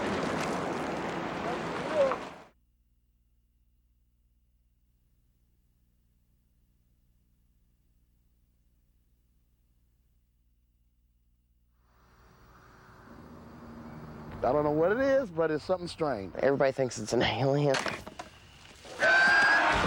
Like the movie Signs. A crop formation, unexplained lights, and a child's close encounter. It scared me. It started August 22nd in Akron, Ohio. I was looking at Mars. Like many, Gerald Gregory grabbed his video camera to capture Mars. It looks like it's just a white, bright, flickering star. Then when you take your camera and focus in, it starts changing colors. It's red, green. The camera was on a tripod, but the object kept darting out of frame. It hovers. It just sits there and just hovers. The same night in Hillsboro, Ohio. 11-year-old friends Amanda and Jayla were playing outside after dark. It was like right over here. Amanda saw it first. When it came over, I was like, Amanda. Then Jayla saw it too. I didn't know what it was. I couldn't hear nothing. I couldn't feel nothing. I couldn't do nothing. I couldn't move my legs. When I looked up at it, it went over there over by the power station. Then the object just flew away. Can I have a hug, please?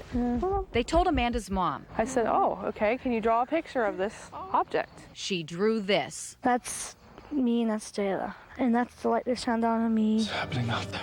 She never watched any kind of movies like that before. And the way she described it and drew the picture, I believed it. The girl's story and the girl's picture was interesting, but much more interesting when 2 days later and 20 miles down the road, the same image they described surfaced in this soybean field. A typical summer night in Peebles, Ohio, the sun set and a heavy fog blanketed the crops.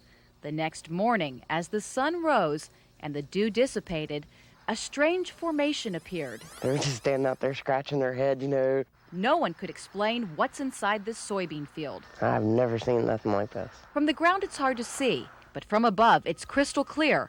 The most detailed crop formation in U.S. history. There were a couple of different anomalies that happened with our equipment. Delcy Knockelman is part of the research team investigating. One gentleman's digital camera, it started beeping and warning him, so he had to try and turn it off, and when he took the batteries out, they were extremely hot to the touch. The batteries were fried, and so was the GPS unit. And everyone inside the circle became ill. This is stuff that happens in authentic crop circles all over the world, but I don't know what caused it. Unlike corn crop circles or wheat, soybeans are extremely rare, only 10 ever reported. Most crop formations are not made in soybeans, which is harder to manipulate. The soybeans were not broken or damaged in any way that I could see. Kenny Young's with MUFON, the Mutual UFO Network. They look for scientific explanations. I've got to tell you, I don't have any explanation for this. Property owners insist they didn't do it. They're upset their crops destroyed. Like what they call the burned plant nodes. And there's more. Electrical and water meters spun wildly, tripling local utility bills. There were too many strange anomalies going on and during that time that it's not man-made. Was it all a hoax? The lights simply stars? I've got to tell you, I don't know what. Strange things going on in the sky. Suzanne Stratford, Fox 8 News.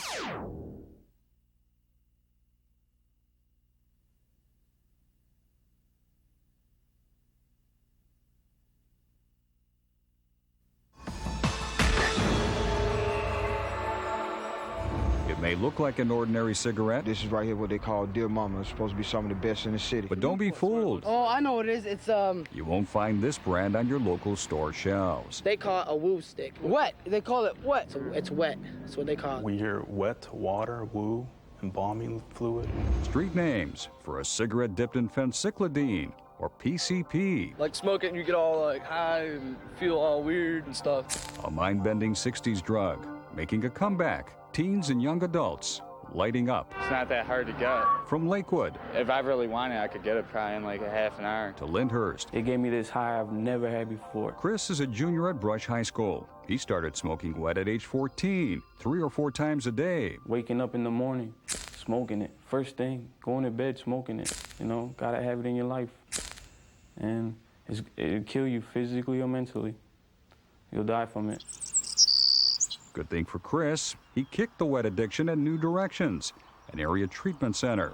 His cousin wasn't so lucky. He was calling up the family and apologizing to them, you know, saying sorry he smoked so much wet and he hurt them, and, you know, the next day, he shot himself. At St. Vincent Charity, visits to the psychiatric ER are up 25% in 5 years. PCP is one of those few drugs which not only can cause psychotic and paranoid behavior when a person's intoxicated on the drug, but when the drug goes away, it can leave the brain damaged in such a way that paranoid psychotic behavior can stay for life. So this stuff really make you crazy, huh? Yeah, if you ain't crazy before you do it, you damn sure will be after you get finished. I've seen him break car windows. I've seen him crash cars. My friend John, he went to jail for like 2 years. He jumped off a building. Because he got caught with all that. When he got in the car or something, he was on the highway, and he just started throwing all his money out the window. He said everything was just going in circles. Teens and young adults getting wasted on wet. They live in the suburbs, in the inner city. Different neighborhoods, different backgrounds. But it seems kids everywhere, even those who don't use it, know where to get it. I've heard about it 93rd and Huff, over on the east side. East 93rd and Huff. This is some woo! Where wetheads go for a quick fix. Got to be the woo, man. Got to be the real stuff. Where PCP dipped cigarettes are sold like candy. You can dip it. I'll be right here. You serve me right here. For $25 a pop. You know what I'm talking about? I'll be right here, babe. I'll be right here. No wonder they call it the $1 Million Corner on the $1 Million Block. It's a $1 Million block. You hear I know, baby. I know. For weeks, we witnessed drug deals day and night. right on the corner. Man, you know I can score some stick around here, man? After this dealer sells a wet stick, thanks, bro, he boldly counts his cash in front of a passing police cruiser. All right, then go get it. I'm right here, partner. We watch kids on bikes used as runners. Bishop. What is Twan? Yeah. This one that deal, mama, man? Oh, my God. And dealers stashing their PCP dip in the side of a building. The $1 Million Corner, where Chris used to score his wet. And so did Byron Young. Young is now a prisoner in Mansfield Correctional Facility, where he's doing 20 years to life. Plenty of time to think of his 3-year-old daughter, Danielle. Byron, does a day ever go by that you don't think of your daughter? That's every day, every night. I'm thinking about my daughter now. I think about her all the time. But Young has no memory of murdering his daughter, stabbing her 9 times in the head, neck, and chest. Police say he was high on wet at the time, wet he likely purchased on the $1 Million Corner. Did you ever buy wet at 93rd and Huff, in that area there? Mm-hmm.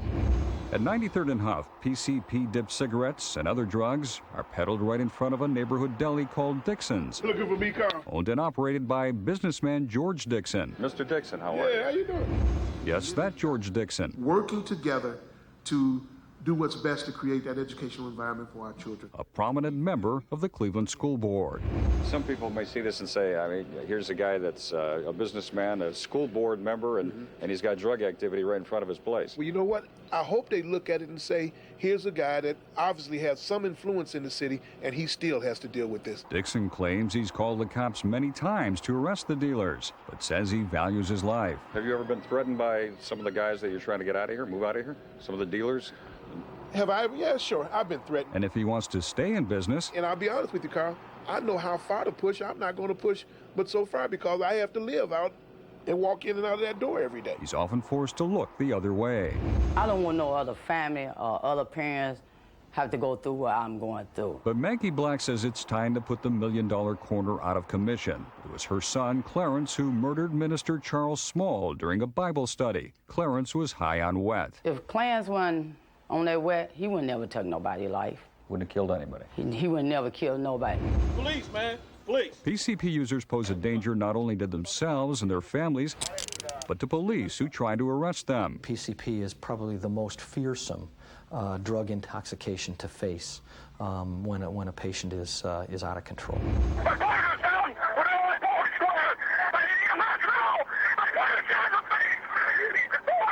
Last summer, police officer Michael Schmidt was seriously wounded on Public Square, shot in the head by a guy on wet. There's a huge hidden danger right now with PCP in Cleveland and in the suburbs. A growing danger to the lives of its young users. My life was in danger. Like Chris. Just by using wet. All from cigarettes that are being sold like a pack of Marlboros. Oh, my God. This is some God.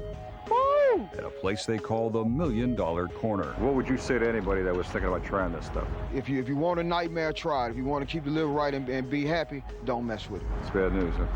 It's incredibly bad news.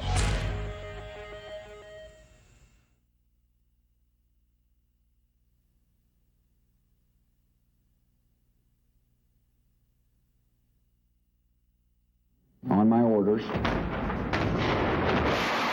coalition forces can begin striking selected targets. Fort Carson had 13,000 of its 15,000 active duty residents deployed. Today we take one step closer to fulfilling what we've been called to do. I'm scared for him. I'm worried. The soldiers of the Mountain Post have been called to serve in the first war of the 21st century.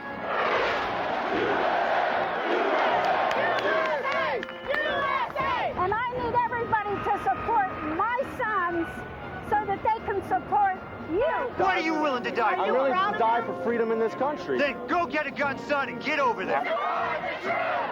I feel happy that they keep me safe and sad at the same time because they lost their life.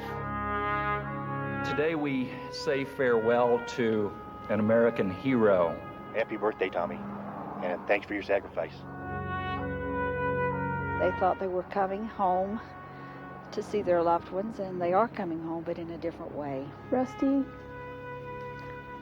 he was very strong. And I will tell her exactly what her daddy did for her. He died serving his country. You may have lost a son, but you got 175 others now. Met in September, got married in December. How many groups of people are going to come up before you get here? Please, meet your family member. Hi, Daddy. There he is. Where? There he is. I don't see him. Behind the blue. Oh, there he is. Go get him. Hi. I love you. I love you too.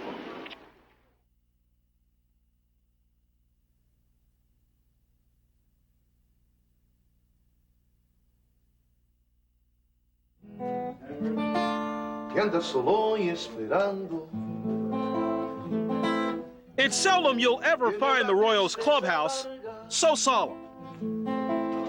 But anytime Jose Lima is involved, whether you're a player or not, you tend to notice. Along with a deck of cards and in the company of teammates, Lima belts out a ballad about a long-lost love. It's about as quiet as the Royals' picture has been all season long. This is the Jose Lima we're most used to. Animated, alive. Since the Royals came a-calling and picked him up off the scrap heap from an independent league, it's been Lima time, big time for the Royals. I came here in the right time. I mean, it's a special group down here. I don't know how to describe it. We're in the pennant race now. Every game counts. Along with the pennant race comes pennant race pressure. And who better than someone like Lima to keep things light? I feel like I'm the clown because I'm always the first one on the line shaking hands. I'm always yelling in the dugout. I don't try to get on camera. That's the way I am. He's a great guy, man. He's just, one of those guys where you're playing against him. You probably wouldn't like him too much, but, as a teammate, he's a great teammate. I know what Lima was going to bring to the ball club. He's a guy that is very loose and he's just having fun. And some of those young players, they need somebody like him. And he's just getting to lose everybody up in the clubhouse. I haven't heard Lima time now. Everywhere I go, it's Lima time. I went to Gates, a restaurant yesterday. Even the waitress and everybody, oh, you that crazy guy from TV. He has that knack of, even in a serious situation, to have somewhat fun, on the field, keep guys loose.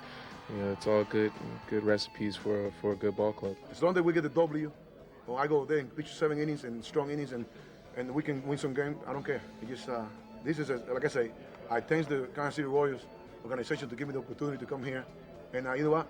They made the right phone call. I'm here in the right place at the right time.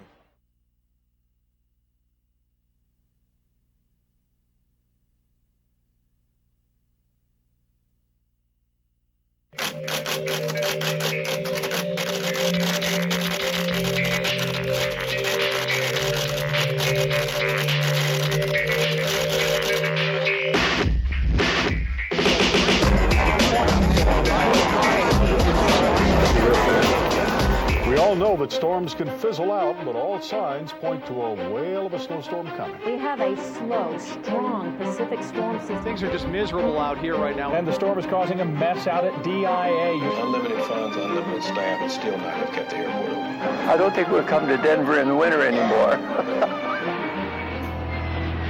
United Airlines reaches a tentative agreement with their last labor group. Maria Soria Hernandez said her 2-week-old son was taken from this store. Atadero disappeared in October of 1999. It was one of his molars was in the wood, in the log above it. And so I held onto his molar and held my baby again. When Jennifer Farrell stepped off the plane from her European vacation, she faced a barrage of reporters, all wondering how a misunderstanding had led to her 6 children being left alone in Greeley. Rebecca Maya, 32, has been taken into custody on an arrest warrant on 2 counts of first-degree murder. The plane was just spiraling down. That's when I saw the big plane already upside down. And then I saw it falling nose first. The second plane came down after that. We had a mild explosion. A culvert that runs under I-70 west of Vail Pass collapsed. Ever seen a moose before? I have in Maine, but I actually didn't know that there were moose in Colorado. Something went very wrong at the Air Force Academy. The number of rape and sexual assault cases the feds are now investigating at the Air Force Academy has gone up. Police say the suspect blew a second stop sign here. He made it through the intersection. The officer wasn't as fortunate.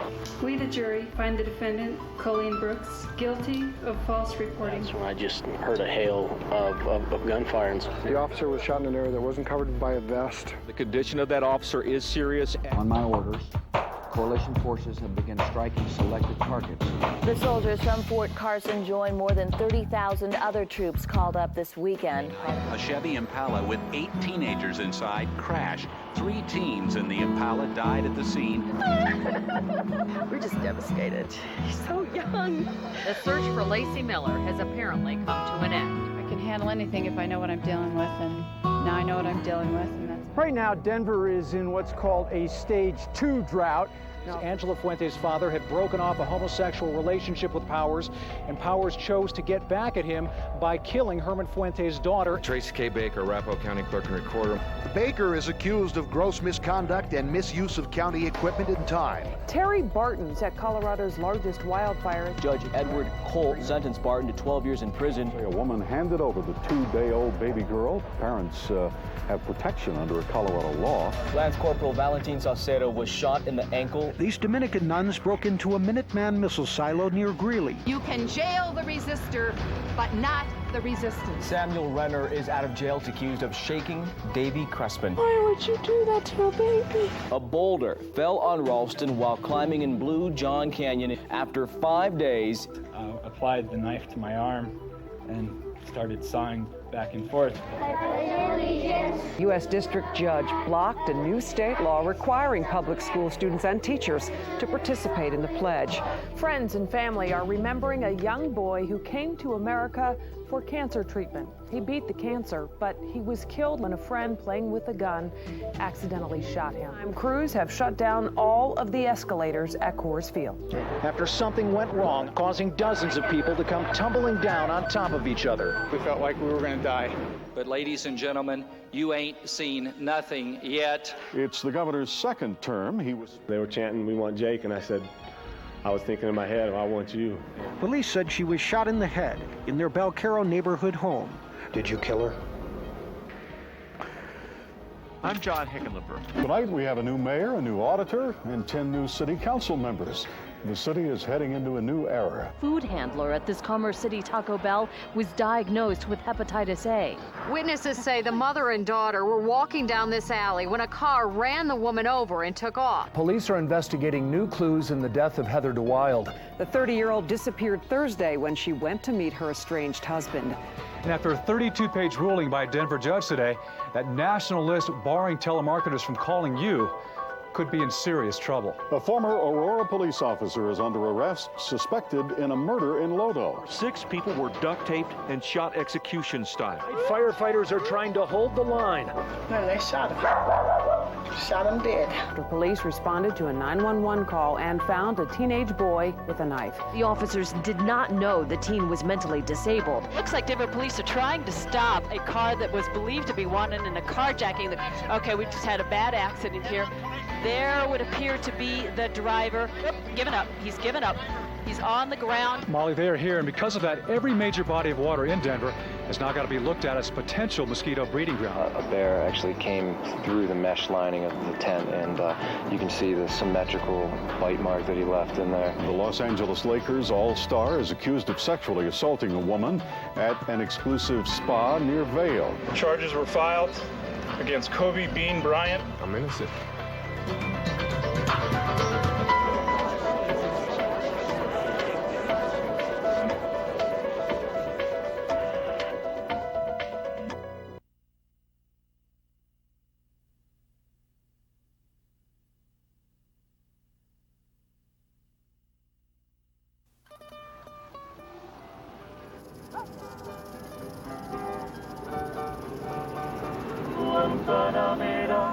Cuba. Nowhere in the world is there a nation so dominated by a single political figure.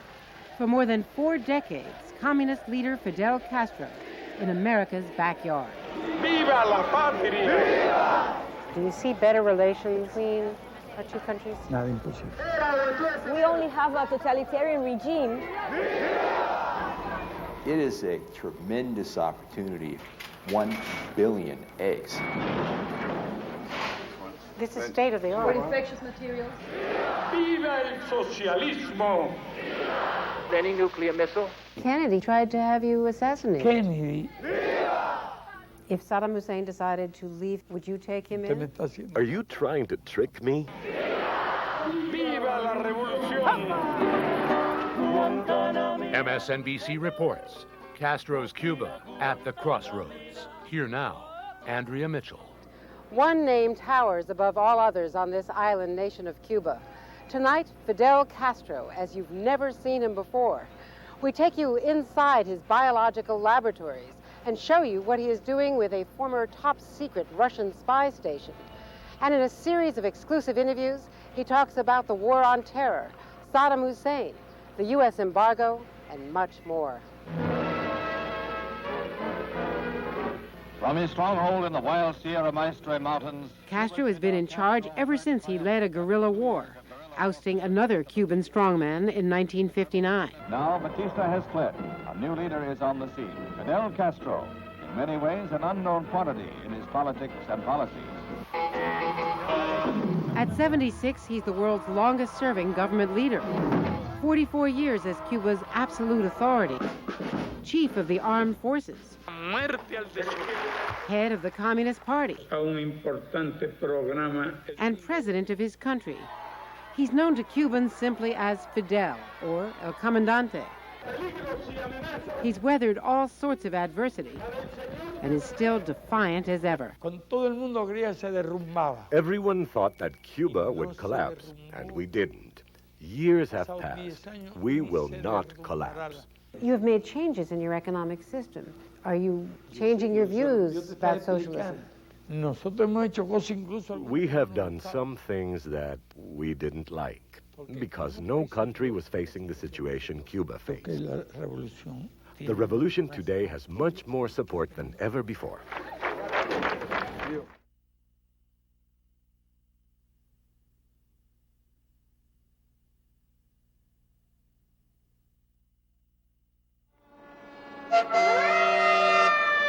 It just went down. We had a 4-story building that looked like it collapsed all the way down to the first floor. It happened in blizzard conditions. We were shoveling the walk and talking about how they said this is the worst blizzard. And my friend told me to turn around and look. When I turned around, we saw the building folding in. Heavy snow on top of the Vinyl nightclub caused the roof to come crashing down. Luckily, no one was in the building. But next door, Floyd's Barbershop, there's been people living up there. Firefighters rescued a man injured in the adjacent collapse. You could see the victim was in obvious agony. Possible hip fracture and pelvic fracture. He was rushed to a local hospital. Firefighters managed to secure the scene and then braced for more. I'm sure it's not going to be the last.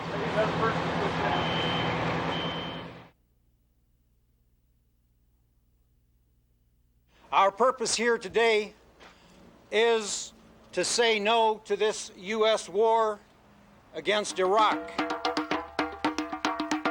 Peace is the answer. War is never the answer. They're cutting down everything that the troops are standing for. They're over here, standing here, chanting, bring our troops home. Bring them home. But yet they're laughing, they're hugging each other, they're dancing and having a good time. Why my kids are over there possibly being killed, it just bothers me.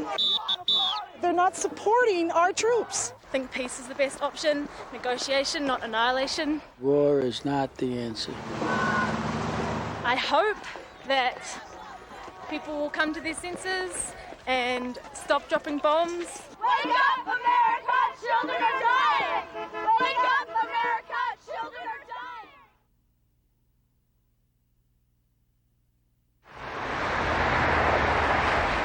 It's been a very long night. Wet, heavy snow. It's glazed ice. I'm frustrated. Pretty deep. I'm tired. White out. All I want to do is go home. It's been about 3 years, though, since we've seen snow like this. It's very tough getting around. It's pretty slick out. There's a lot of ice on the road. Nobody needs to be out there. Everybody needs to get off the road. I've been stuck like 10 times already tonight. A lot of people spun out and in the ditches. I slid a little bit on the road and almost went off on the side there too. And I was only going 30. Well, you never know when you come up here. Changes from minute to minute. Fire company's up the alley. What do you think about these trees? It's pretty wild, huh? Probably 50 years old. I heard things popping all night last night. Come in the house and 10 minutes later, crash! Ridiculous. I don't know, the weather may beat me. It took me 15 minutes longer to get to work. Why isn't CSU canceled today? I didn't come prepared. I would rather be in bed right now. I only have another mile to go. 17 inches maybe. I always like the snow. And hoping for a lot more. A foot's enough, but I guess we can use the moisture, so we'll live with it. It's beautiful. We get a chance to get some water now. Well, my feeling is that the drought is finally over. It's going to take some effort, a lot of time, and patience. And it could be fun. Maybe I'll be able to stay home tomorrow.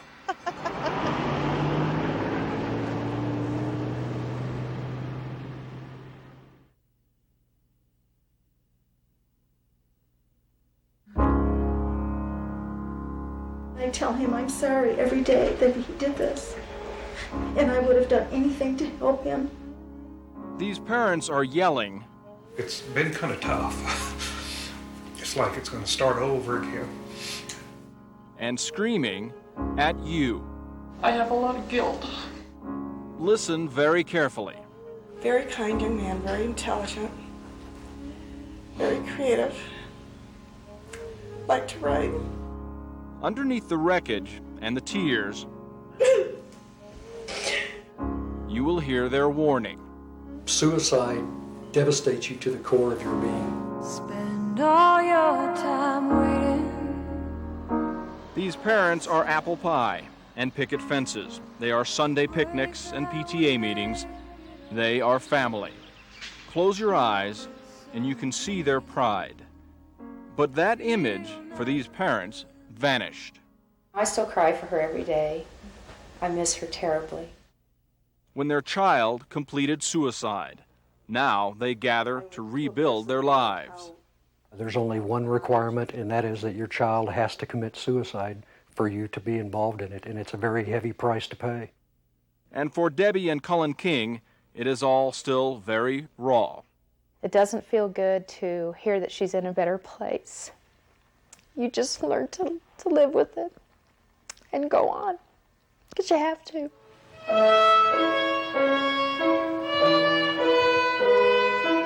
She is Callie, growing up the all-American kid. She was a pretty typical kid in that she was cute as can be. Cute indeed. But not so typical was her fearlessness. Callie was a courageous girl who had a lot of guts. Guts that built a sense of inner strength and passion her parents marveled over. She stood up for whatever she thought was right, regardless of consequences. And that's why a knock at the door from two sheriff's deputies was so baffling. Well, my reaction was to cry and run out of the room because I didn't want to believe it.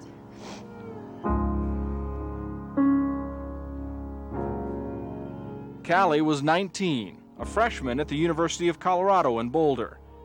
She was found in her dorm room. We saw no signs at all of suicide in our daughter. We never imagined that Sunday evening that we would be told that she had hung herself.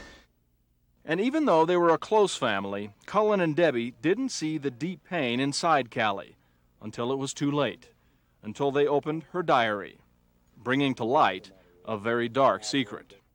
What we found out after we got the news was that Callie had been raped in our home. The turn of every page revealed a young woman living in desperation, gasping for help, but unwilling to ask. She indicated in her diary that I would not understand. She said, I want to tell my mom, but she just wouldn't understand. It was heartbreaking to read how tortured that she was. And now, looking back on her last year of life, there were faint signs of Callie's cry, but they went undetected. God puts parents here to care for their kids and protect their kids, and when one of your kids makes a decision like our daughter made, the burden falls on you as the parent. I wish I could have told her that the pain will end. But for Mom and Dad, the pain goes on, and this group serves as their salvation. There's a lot of pain at the meetings, but there's also a lot of compassion, a lot of understanding. They are what are giving us hope. You see them and you go, yes, we will be okay.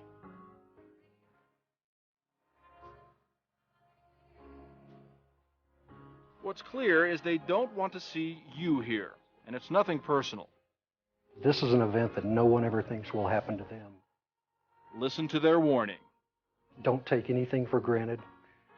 Don't let a day go by without holding your children close. Because the real face of suicide. When you looked at Callie, you saw her beautiful smile or her wonderful laugh. You would never have seen that torture. Is in the mirror.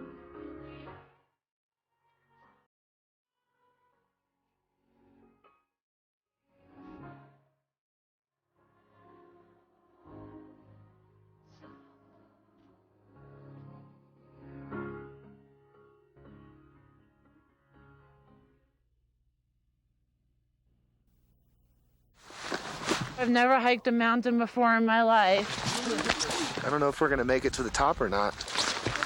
We've done this hike, yeah. It's a good hike. I haven't done this hike before. It's nice to be out here and get close to heaven. I can do this.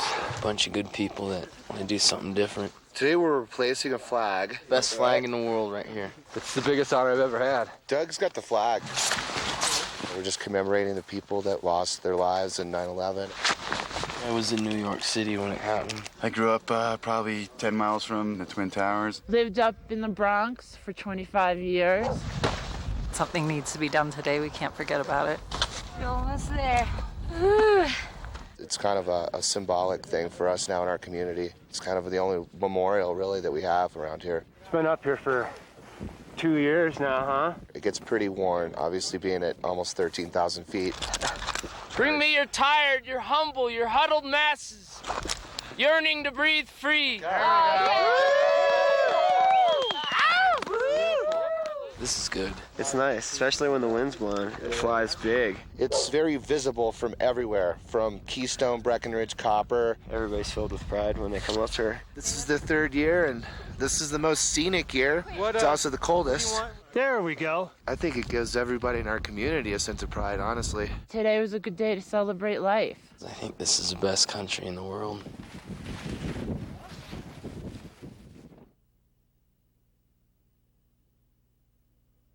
Here at the National Western Stock Show, things are starting to heat up very rapidly around the place. 4, 3, 2, 1. Edit.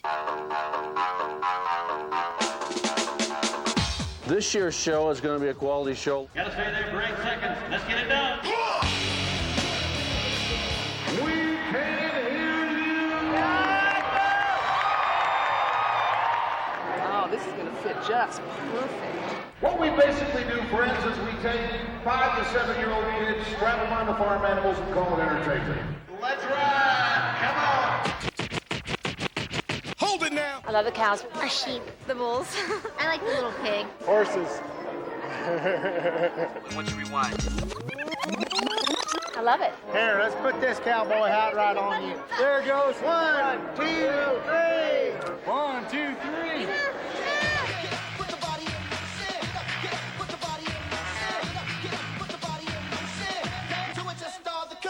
That's pretty cool.